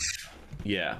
From your very good roll, however, you know that it's something that could be inscribed on some kind of either enchanted into tools or inscribed on some kind of dyeing mat that you could apply, like a high level caster could give to a bunch of no good idiots, and Something to carry around and use at what they have requested, to do what they have requested. So they may have been hired. Yes. Sakwad, what are you doing? Tells me I should piss on the circle, but I don't have any left. So the circles are on the underside of the benches. Do you not believe in Sakwad? That angle? My name? Bounce? Sakwad. Bounce at a 90-degree angle? You question whether you should. We see Sakwad get on the ground and slide up, ready to let fly with piss. And as you slide under the bench, we see Sakwad uncharacteristically go completely quiet. Sakwad, we cut to we fade to black as we see how long was it ago that the courier never got to your house? Well, it must have been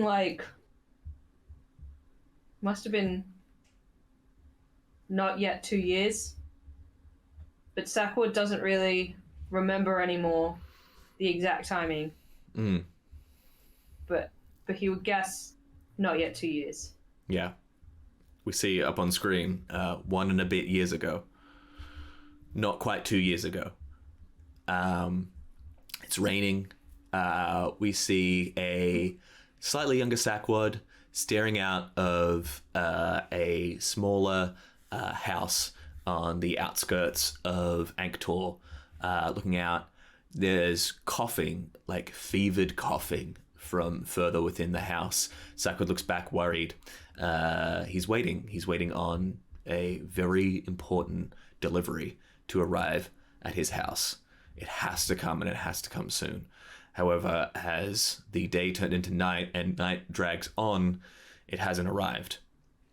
Sakwad, you feeling the ever ratcheting anxiety build, you decide, no, I'm going to go out there, I'm going to find it. And you open the door and you leave.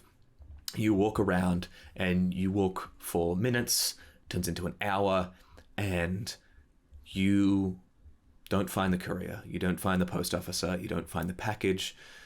No one comes to your house. And defeatedly, you decide to head back home. You know, you should probably check in on your folks. They're not doing so well. Hopefully you can at least, you know, help them go to sleep tonight, as that's a whole process in and of itself. But as you wind your way back home, you end up on a street that you don't remember trying to get to. You turn around, trying to orient yourself, you head back home. Again, you end up a few blocks away on the other side of where you know your home is. And on this goes until you keep finding yourself on the wrong street, taking the wrong corner, taking the wrong turn. And we see Sakwad scared, running through the Anktor at night, desperately trying to find his home, and failing to do so every time. Ending up on the wrong street, ending up in dead ends, until we see him sit down in the corner of a doorway as the rain kind of pelts down, and just scared but unable to do anything, too tired to do anything else, falls asleep. Waking up the next day, rubbing their eyes, it's barely dawn. Sakwad gets up and continues their vigil, trying desperately to get back home. And when finally now you do, it seems like there was just some kind of block in your mind, or maybe you just, for some reason, the memory of where your house was obfuscated, was removed. But when you find your house, on the front door, there is a glyph written. And it looks so similar, so very similar to the one that you're looking at now. What on my house do? You're not sure. You didn't know any spellcasters who could figure it out for you, but you have a sketching of it. Do I have a sketching of it on me? Would that be something that Sakwad would keep on him? Yeah, I think so. You take it out, and you probably with the help of Colton kind of break a section of the wood so that you stop having to like look under the bench, and you lay this glyph on the bench, and you lay your drawing out next to it. Keely, you can make another Arcana check if you wish. A thing in Dungeons & Dragons, before you make the check though, a thing in Dungeons & Dragons though, if Colton or Sakwad, if you want to describe any way that your character could help in this check, Keely can roll with advantage. Yeah, absolutely. Colton is the son of a very powerful sorceress. Mm-hmm. And I think a lot of his studies, because he was homeschooled, so he was taught by his mother. Yeah, I think a lot of his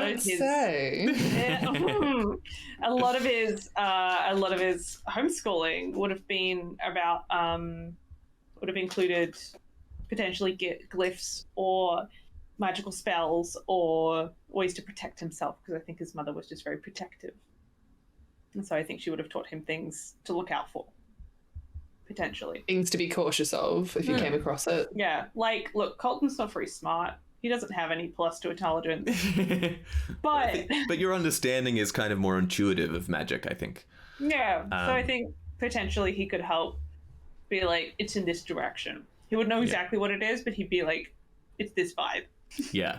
you can kind of point out, like, you don't know exactly, you probably couldn't draw this yourself or make something like this yourself, but you know that, you know what it's like, the meaning behind certain shapes. What it's leaning towards. Things. And Sakwad spreads his drawing very neatly on the bench. Yeah. Nice and flat so that Keely can see it really well. What's Sakwad thinking right now?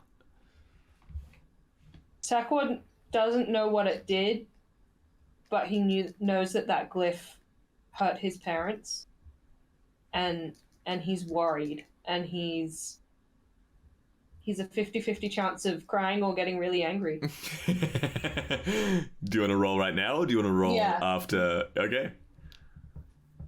I'm gonna roll for like what he's leaning towards. Yeah. So 5 or under is cry. You want to do 5 or under? Okay. Yeah. I'm doing a 10. Okay, so he's angry. So you see this, like, as kind of Colton and Keely kind of descend on these papers, Sakwad's just getting a little mad. You occasionally hear like a stomp of her little hoof on the ground, as he is fuming in the background. Keely, would you like to make an Arcana check with advantage?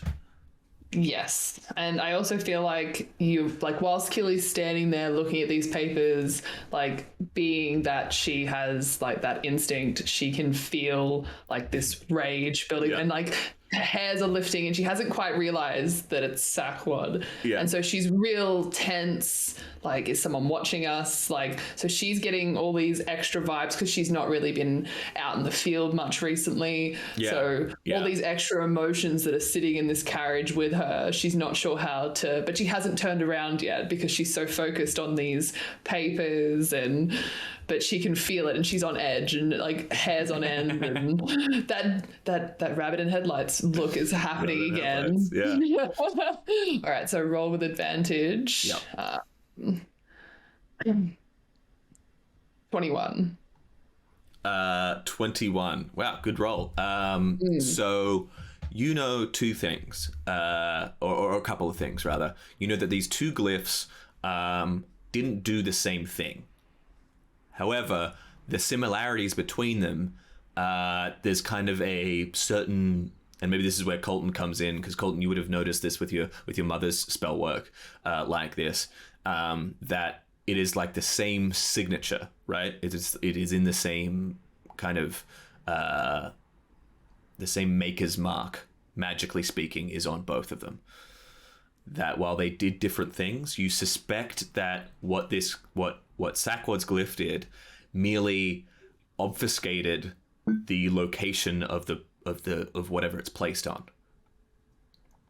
You would need to have some kind of magical power in order to place it properly, but Sakwad, do you explain anything that happened that night, or you keep it to yourself, which is totally fine?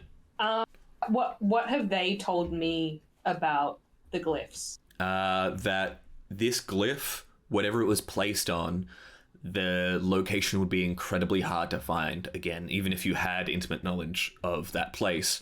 If it was placed on there, if this glyph was inscribed on the outside, anyone would find difficulty finding that place again. And did they say anything about the other glyph that's in front of us?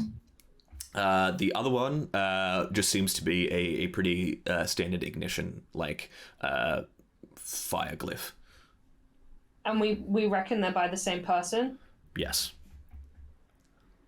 How much does Colton already know about, like, my parents and stuff that from before here? Would I have told him? I think you would have told me. I would have told you. I think you would have told me a little bit, but some of the, like, deeper down stuff, I think, because you have those issues with either crying or getting angry, there would be some of that stuff that wouldn't have come out. But I think I would know a lot of the, like, facts. Maybe not the emotions, but the facts. Sakwad's a bit of a Kyle, so he goes and punches the wall of the carriage in anger. Smash a little hole. Kyle? Yeah, you know, Kyle's. Kyle's. Kyle's. Classic. Kyle's, Such a they love to Kyle. punch walls. Yeah. Yeah, this is the first time you've actually gotten angry rather than cry. Yeah. Yeah. I don't know how to roleplay angry as well as I do cry. Do your angry face.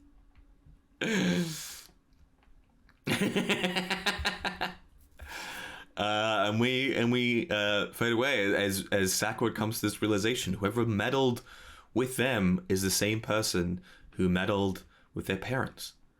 And we cut to we fade out and come back on the next day. Daya, you kind of get up. You fell asleep under this table, or maybe you eventually climbed your way over to the bed. I imagined that like I literally was just doing this all fucking night, and I got maybe like a quarter of the way through the book, because the book is supposed to, like, it's a little pocketbook of coins, right? Like, it's gonna be fucking huge. Yeah. So like I imagine I'm just doing this, and maybe going onto the hand and then on the forehead, and then just splayed out on the fucking table. Drool's covering half the table. I'm a mess. Yeah. End up getting up, like, a bit creakier than you maybe wanted to. You get up, it's the next day. You come out, and you kind of pick your way through the headquarters, through the kind of like public access. There's a massive line of people waiting to send on their envelopes and packages and letters to their loved ones. Through back behind the counter into the background of in the back alleys and labyrinth of the post of the headquarters itself. Eventually, you run into Griff, who's like, I was looking for you. You weren't in your. You probably actually like came to see your own little like rooms here in the post headquarters, and you see like Griff is kind of like knocking on the door and looks like he's about to give up, and turns and sees you. He's like, hello. I was actually going to speak to you, unless you need to get in there. No, I prefer something a bit more homey. Right, yes, of course. Yeah. What strange coincidence these things end up being. Do you have a minute to talk, maybe? Yeah, I'm actually here to hopefully get some questions answered. Fantastic. You have questions? I'm here for answer. Let's go to my office. It's a bit more room. Yes. You kind of wind your way, and you get to Griff's office, and he has this massive, like, cast iron chair built for him so that he doesn't crush through them. His office is a little bigger. It's like it's roomy enough for you as well. You sit down. He's like, so your questions first and foremost, yes? So, not letting the big rock dude potentially fuck the map up. I want to unfold it very carefully and just point to the top of it where it's been penciled in. Where like they're obviously like a what's it? It's cartographer, right? Yeah, a cartographer would like it's clearly drawn in, and so I'm just like, okay, I have. And I basically just give him the rundown, like, look, okay, someone came into my bar and gave me this coin, and I just give him the giant, the Goliath doubloon or whatever. Yeah. Ooh, this map though, is thing of beauty. I will not touch because I am all, well, I go to say all thumbs, but really I'm all rock. I will, and he picks up a set of felt covered tongs that he has like in the top drawer, easy accessed, and he's like, I am gentle, he's okay, my touch, he's okay. Go ahead. Then he's like, this is thing of beauty. Hey, it has much more detailing around the Lafayette floodlands than I have seen before. Many maps have come into disrepair. Old maps get out of date quite quickly. How much do you know? How much have you traveled yourself? I've never left the city outside of just local area. I went on a couple trips with my mom and dad, but I never left the carriage. Well, you should know that up until about 100 years ago, things were a lot less dangerous to travel. Work In what is, way? well, I can tell you for instance, I would never have been here had it not been for this new fact about the world. When whatever happened 100 years ago, some say it was because the Tarask itself, the giant god lizard, was defeated. Others have different theories, but whatever happened then, the barrier between planes, very, very thin. Myself, I come from elemental plane of Earth. I come through on a big earthquake, yes? Events of powerful arcane nature or natural energy can transport one to the other. Duh? Okay. Big fire, maybe flame elemental come through. Large storm at sea, maybe water elemental or hydra. So natural disasters predicts the appearance of certain otherworldly creatures? But not just natural. Supernatural, arcane, even Someone could acts. make this happen. Yes. Acts of great evil have been known to let slip shadows, living shadows into the world. Okay. This map it predates that? It predates this, yes, but it has been updated, which is very good. For instance, before a century ago, the gate of Jotunheim itself was completely separate. Is separate plane altogether. Now there is a gate to there. I'm not sure how it worked myself, but it is a city in and of itself.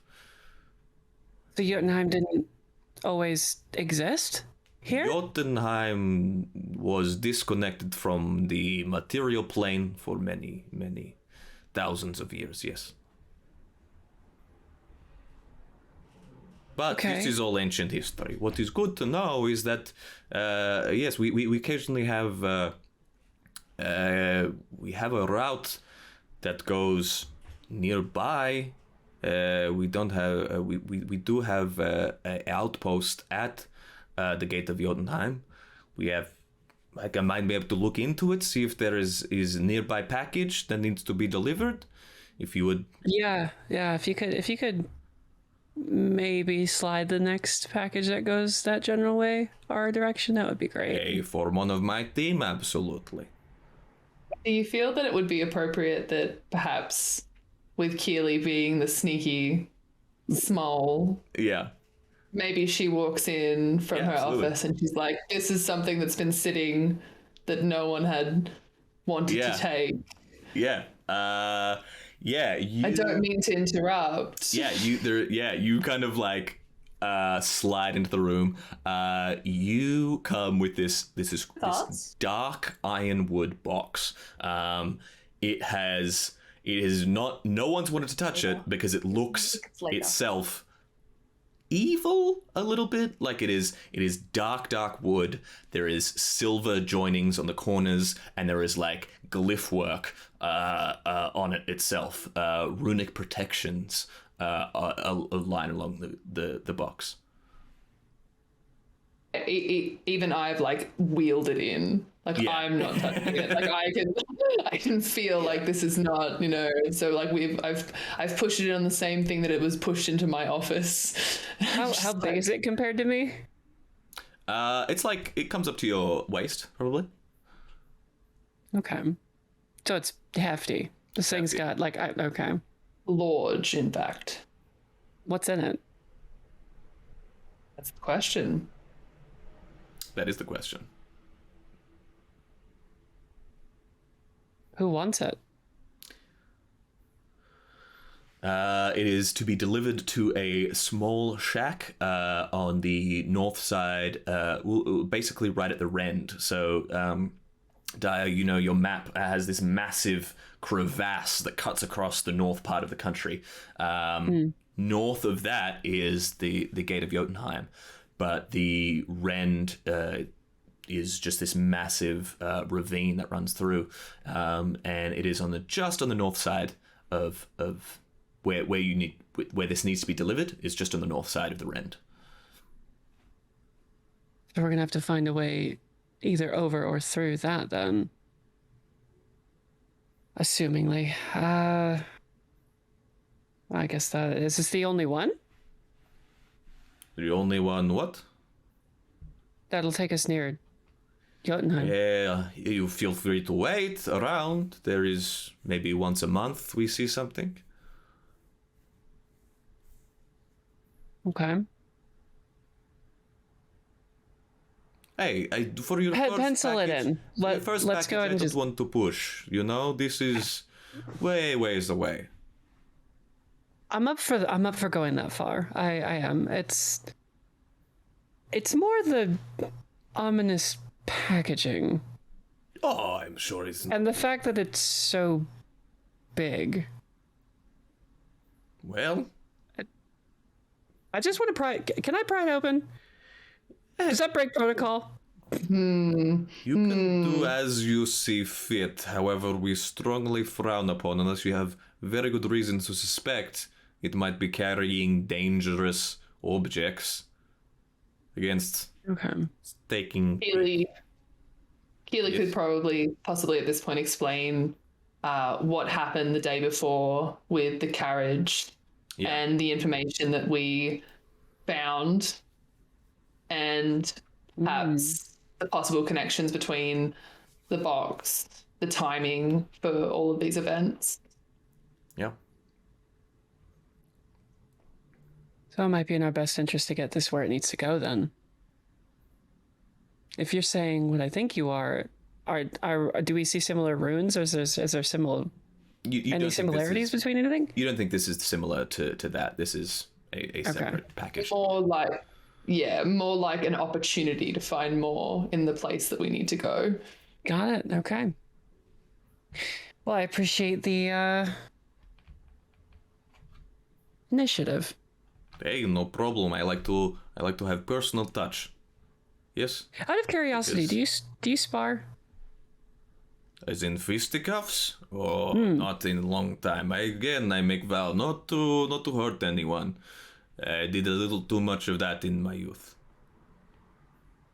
Well, if you ever want to, I have an inn. I have a little courtyard that we could listen. I'm just saying. Hey, for practice, maybe I bend rules a little bit, but you need rest before you set out tomorrow, yeah? No, just give me a ring. Okay. Or whatever the equivalent is. He pulled. Keely just walks out of the room, slaps him on the back of the butt, don't leave her waiting. No. Hey, hey. Good old office relationships. Listen, I just want to punch a rock dude, and I want the rock dude to punch me. What's wrong with that?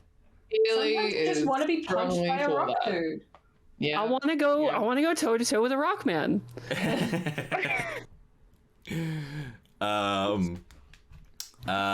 So do you all meet up at some point today?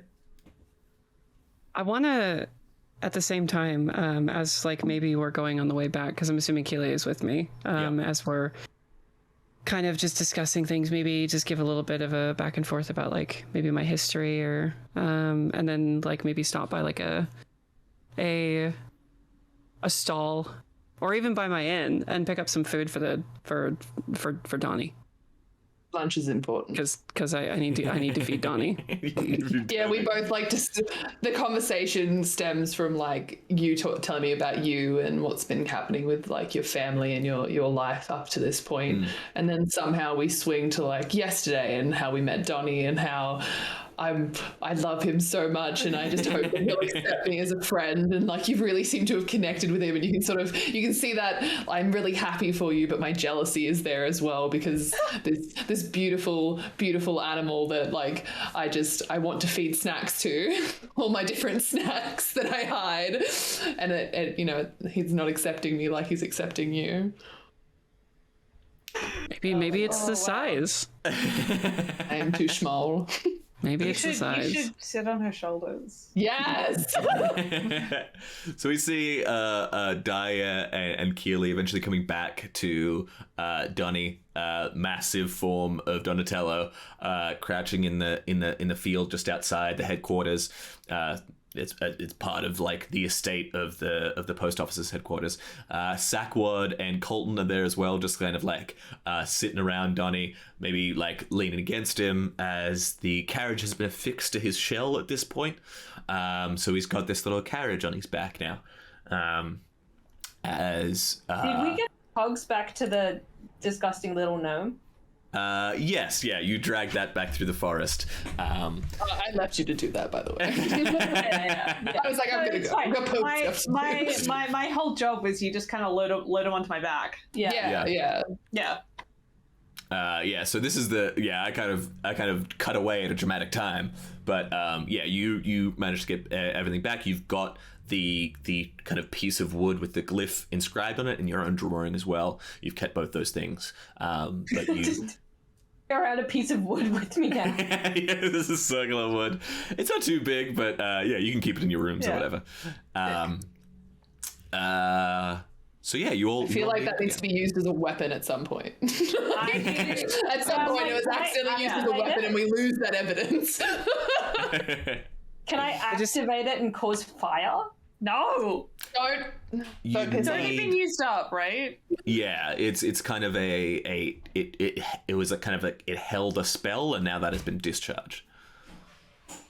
I think Colton would like to do some very quick things.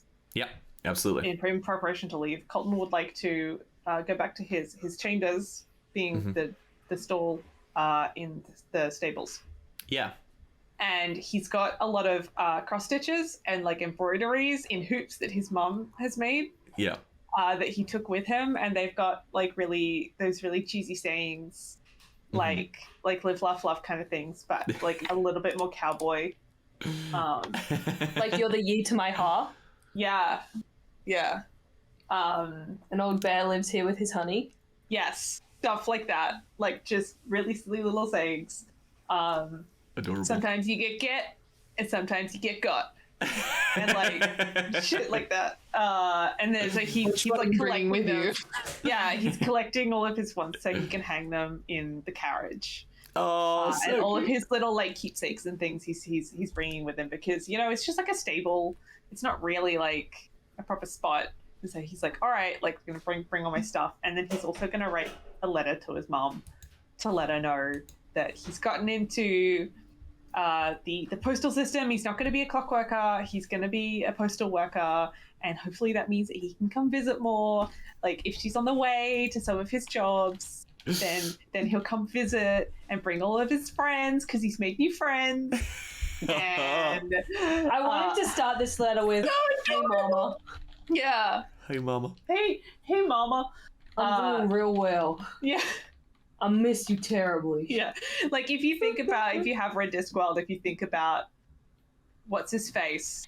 Carrot? Is that his name? Yeah. Yeah, writing the letters Captain back Carrot. to his family. Oh, so sweet. Oh, they're so sweet. Kind of like that, except he can spell. Yeah, and so he's gonna write some letters telling her all about his new friends, and like he does write these letters like every couple of days to her. Yeah. Which she loves. Like they send each other letters back and forth. You drop them off to Griff, and he's like, "Hey, upside of being official now, no charge." As he takes them off here. Yes, and like his. It's a lot of. Colton has spent so much money mailing his mom, like so much. He does. She's this, like, so far away. She's down in the Ravennan side of the Lafayette floodlands, so she's real far away. Yeah, and so she's fine because she's got a bunch of money, and so they send each other letters and stuff. But he spent so much money sending letters to his mom, and so he's like, oh my god, I can start saving. Like when he finds out that he gets free postage, he's just frozen for a minute. Like I don't want to be a clock worker anymore. This is like being told that you can stop paying rent. Honestly, or it's like Colton's paying like $350 a week to send letters to his mom. Or it's like being told that you can eat at like Macca's for free. Yeah. Yeah. Huh? Yeah. Yeah, you don't have to pay for groceries or something. Yeah. Yeah. Crazy stuff. Yeah, so he wants to pack up that and he's got some little like carved wooden boxes. That are like maybe yay big, and that they're filled with letters. Would I have take with him from his mom? Would I have seen you writing any of these letters at any point? Probably. I probably have all this stuff. Like if something important happens, I'll. It's always attached to you, so you can write it down. Well, I wear saddlebags, so I've got all my stuff. Got all these letters stuffed in. Yeah. It's not like water or food or like anything that might help you along your journey. It's just like mass amounts of inks, quills. Yeah. No, it's snacks for Sakwad on one side, and then there's stuff to write letters to my mom. Nothing even for you. Thousands of dollars worth of stamps. If anyone cared to, mugging him would be very good for someone. He's got so much stamp money. Maybe we have to save you from a mugging at some point. Someone knows you carry around thousands of dollars worth of ink. It's a fortune.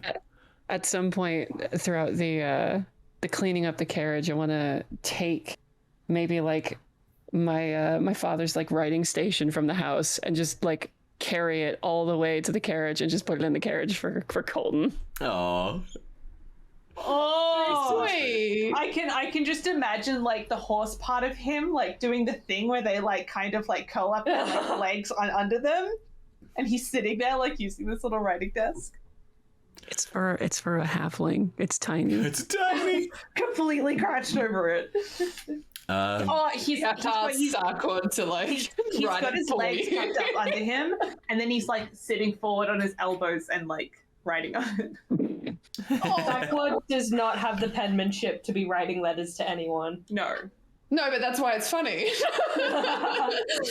You're like, oh, you might have to help me with this, and you're in the moment, asking them to write these things down, and you get to the end, you're like, all right, let me have a look, and you're like, oh god, I can't send this to my mother. Yeah. It just says, hey mama, and then it's got random words that he said, and pictures. 8 words apart. Yeah.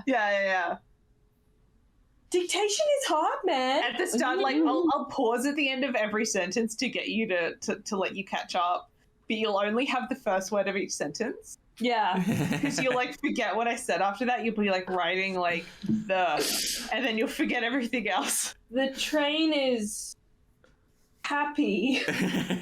So we have the scene of Colton and all the gang kind of loitering either inside the carriage or out around on the field around on the grass around Donnie, as Donnie kind of relaxes and sometimes steams some of the grass in which to eat. And one of the stables opens up, and a line of 2x2 comes pulling out of these black stallions, pulling a all black paneled, very expensive looking carriage. As it pulls up next to you, one of the doors opens and you see a Eldrin in it, the same that you've seen before. Zev, haughty, blonde hair, kind of look out. He's wearing a red brocade coat, and he is done away with the hat. He doesn't have real respect for the postal service. Yeah, let's get in. I have no respect. You disrespect this fine institution by being here at all. I can't believe they let you be a part of this. Oh my god. I am so sorry that I saved literally every single person trying to win that test after your little stunt. Stunt? I've never seen did Colton not so stunt. angry. What I remember is you never finishing, and yet they still managed to pity you enough to let you in. Oh, I'm sorry. How many lives did you save this week? This isn't about the saving lives business. If you want to be a hero, do that on your own time. I want to stop feeding Donnie. That bringing people their mail is heroic? You don't think that bringing people mail isn't saving them?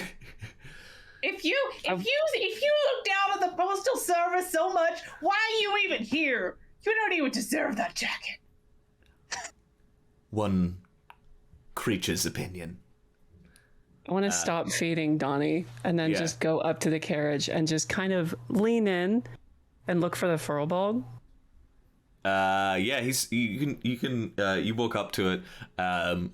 You see that Zev be like, "Don't get your fingerprints on the paneling," as you lean in, and you see the furbolg. I want to look at him the moment he says that. If I wanted to talk to you, I'd speak to you. Shut the fuck up. How you doing, dude? You okay? He just nods. Zev rolls his eyes. I wanna walk over to like peer in where oh yes, no, come get a look at what fine peering in travel and, looks like. I'm gonna make sure that my hands are like grubby. And I'm just kind of like lean on it like this. You see his jaw set, and he's just like, I understand that you are used to living in a dirty barn, and your new transport system doesn't seem any better. But please, cleanliness next to godliness. And What's the furbolg's name again? Ori. Ori, hold on just a sec. Like physically hold on to You're the the carriage. devil, and I take a little piss on the side of it. I want to. Get that creature away from my carriage! He's pissing! And he like clicks for the horses, and they start to like take off. I feel like at this point, Keely comes in and like goes up to Daya and tries to like calm the situation and just sort of looks up. Oh no! I've already charged the thunderous smite and I've punched the fucking door. Boom! As it starts to like clip off, like the horses, you hear the reins go. The horses like start off. As it's just like pulling just ahead. Keely, you're walking up. Like you don't know that like what's the exactly the situation, but it's becoming quite clear. So you're like walking up, but you see Daya just as it pulls ahead. Daya just takes a swing at the back paneling, and the whole thing, boom, rocks on its side. As it does, Keely, make a perception check, please, for me. Oh. I love not taking the high road. 17. Like it feels so bad to not take the high road, and I don't think I hate this fuckhead. 14, what was that? Sorry? 17. Keely, as you're kind of walking up to them, you're like, and the smacks and the carriage rocks. You get a glimpse for a second inside as the carriage like rocks and gets back onto its wheels. And you see the inside. There is a minotaur kind of taking up one of the corners. There is an eladrin who is just talking to the people, haughty cheekbones. There is Ori, the furbolg, which is kind of like a forest giant hybrid kind of guy. And in the far corner, she hasn't seen you, but there is a rabbit folk individual who you recognize immediately. And you immediately stand behind Daya, and they don't see you, but you all notice Keely just sitting there like breathing quickly. I go to Keely. That your ex? Bad breakup, huh? Yeah. Can the punch have taken off the back half of the carriage, please? Roll damage for what are these? Yes. I think it's 2d6. What is it? Sorry. For your smite smite. You wanna do a what did you say? A thunderous smite or just like? It was thunderous. Yeah, it was the thunderous smite. Gosh. Just unarmed, I guess, because it would just be my fist, right? Yeah. So what would that be? Just roll damage. So it's 2d6 plus your unarmed strength, which is just 1 plus your strength modifier. Okay, and then so just 1 plus a strength modifier. Don't do a bludgeoning roll. And then 2d6 for the thunder damage. Okay, so 10 damage. You just smack. You see the like whole back portion of it, like these like kind of very fancy wheel arches, and the kind of back of it just get like smashed, and the thunderous like damage rips through it, tearing. The worst thing that you did is so much of the paint job, which is like so like starkly black, is now like torn to shreds, and it just looks shitty, like as it like thunders and like rattles off on minutes away. Good. You see Fuck Zev inside, almost like apoplectic, his face so red. Spit at it and walk away. Go back to feeding Donnie. As you all turn around, you see Griff standing there. Let's go to the bathroom. Hey, Griff. Hey, Griff. Hello, team. Hey. What was that? Just a fuckhead getting what he deserves. What do you need? Just a little rivalry. You know, he is incredibly racist. So racist. I mean, we can look into formally. Does he has he done something in particular to you? Nasty. He's just a shit person. He's That's just it. nasty. You know, I mean, I think he just cares more about how he is perceived rather than helping people. Keely, you okay? We don't take to it kindly. Griff, I was just going to make them feel better by telling them about his scores. Yeah, not good. But you should be careful around him. He has friends in high places. If you piss him off, things will go very bad for you very quick. But I will look into making formal complaint. Yes. We do not like sitting there. I have quickly learned by being a friend of Daya's that regardless of anyone's station, they can be punched. This is true, and we do trust you with the ability to punch who you believe need to be punched. So, I guess it is up to you. But I would say, politically, he's murky waters. His father is some important schmuck up in the Wizards Guild, yes? Oh no, important wizards. No, I don't say that. I don't say that. I just say it in character. I don't think I say that. Colton's not that kind of man. Colton's a good guy. I'll fucking say it. I'm say it. personally really pissed off by this guy. I am right there with you. I'm just trying to inform you so you can make best decision. That is my role, yes? You are people of action, though. And I trust you to make such actions. Thank you. Yeah, and if they come down from their ivory tower, they'll catch one of the same, so... I don't think he lived in Ivory Tower. Oh, this is... Oh, yeah, Griff, no, that's not... Mm-hmm. I don't... Yeah. On elemental plane, we don't have much idiom. Yeah, ivory. No. Ivory probably doesn't... Yeah. That'd be expensive. Okay, well, today is day, huh? You can... It's time for the... I've got the papers here. I folds them, gives them to Keely. They should have all the information you need for directions, etc. And I have left little something, a little superstition we like to do for first journeys. We take a little something from the lost and found. So you go in there, you'll find yourselves maybe a little present from your friend Griff. Okay, you have safe travel, you have bon voyage, and we will see you. And I'm gonna clap him on the shoulder and get in the carriage. You all head into the carriage. There is a little package there for each of you, as well as your the massive crate, kind of like ominously humming. You can hear it down beneath in the undercarriage. But each of you tears into your packages and pulling out your gifts. And before we get into them, we will end the session there. Hooray! Thank you for your wonderful storytelling. And Thank you so much for joining. A list of things I have punched. A dude. A rock. A rock. And now a carriage. we will add more. It's only gonna get bigger.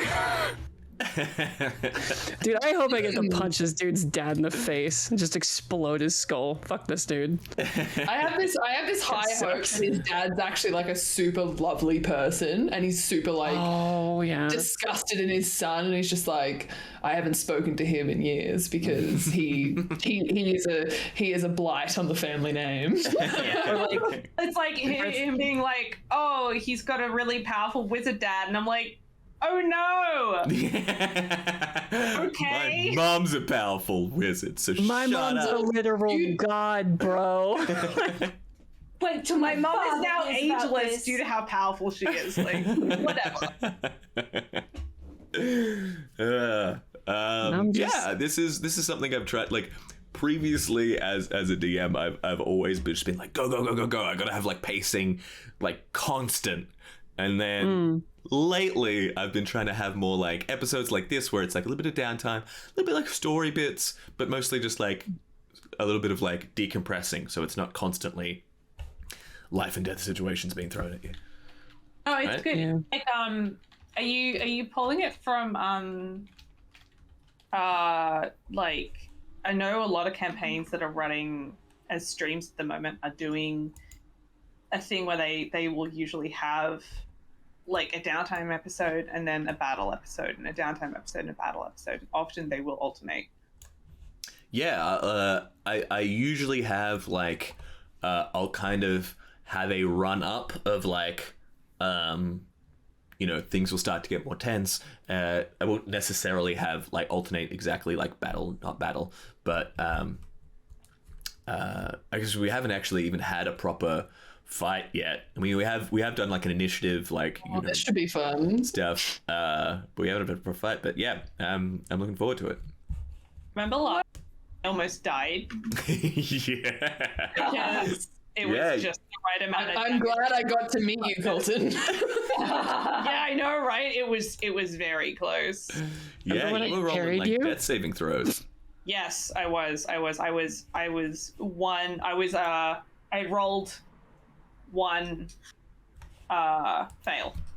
But then Yeah. I rolled a nat 20, so it was Yeah, okay. that was sick. But in another campaign I was playing that's just recently ended, we had I think she was technically a hag, which was really fun. It was she was this hag monster as a playable character, and she was a sorcerer. And at one point, she just kind of ran into the fray, and she got hit. And it had to be like, because it was the second session, and it had to be retroactively like pulled back that she didn't run in because she got hit for enough that she was just insta dead. She just died right off the bat. She ran into battle, got hit by the boss, Damn. and just died. Oh dear. Yeah. It's like What's that's the a way? that's a Leroy Jenkins right there. Yeah, and we were like, no, you're a caster. You stay back. All right. Well, thank you everyone for joining us. We're going to raid my good friend, The Lyrical. He's doing Freestyle Friday. He is a incredible musician, and I want you all to spam Dungeon and Dragion to him. When you go, thank you everyone for joining. Thank you everyone who, thank you Degon for the 50 gifted subs. That was awesome. Thank you everyone who subscribed. Thank you, everyone who followed. Deegan. You can check out everyone. I'm going to do ! rad, and then We're all on the exclamation Twitch. mark on the And Twitch things. or on the Twitters even. Follow my art on Twitter. I have not been posting a lot recently, but I make a lot of cool 3D environments. Oh, And- cool. All your art, and you haven't posted art in ages. well, I swear I Look post at all my art. I swear I post all of it, which is not a lot because I am working really hard on a really, really cool game at the moment, which is an Sweet. adventure musical. Thanks for inviting me. I blame thank you Rin. for joining. Thank You you did for joining. fucking great, by the way. You did Yeah, great. you did awesome. Hey, you did such a good Zach, you job. got about 10 seconds before Oh, you I got about 10 fail. seconds. Bye. Click on all the Bye, links. everyone. Bye. Love you, everyone. Love you, everyone. Bye. Bye. Bye. Goodbye. Goodbye. I only see your character as Judy.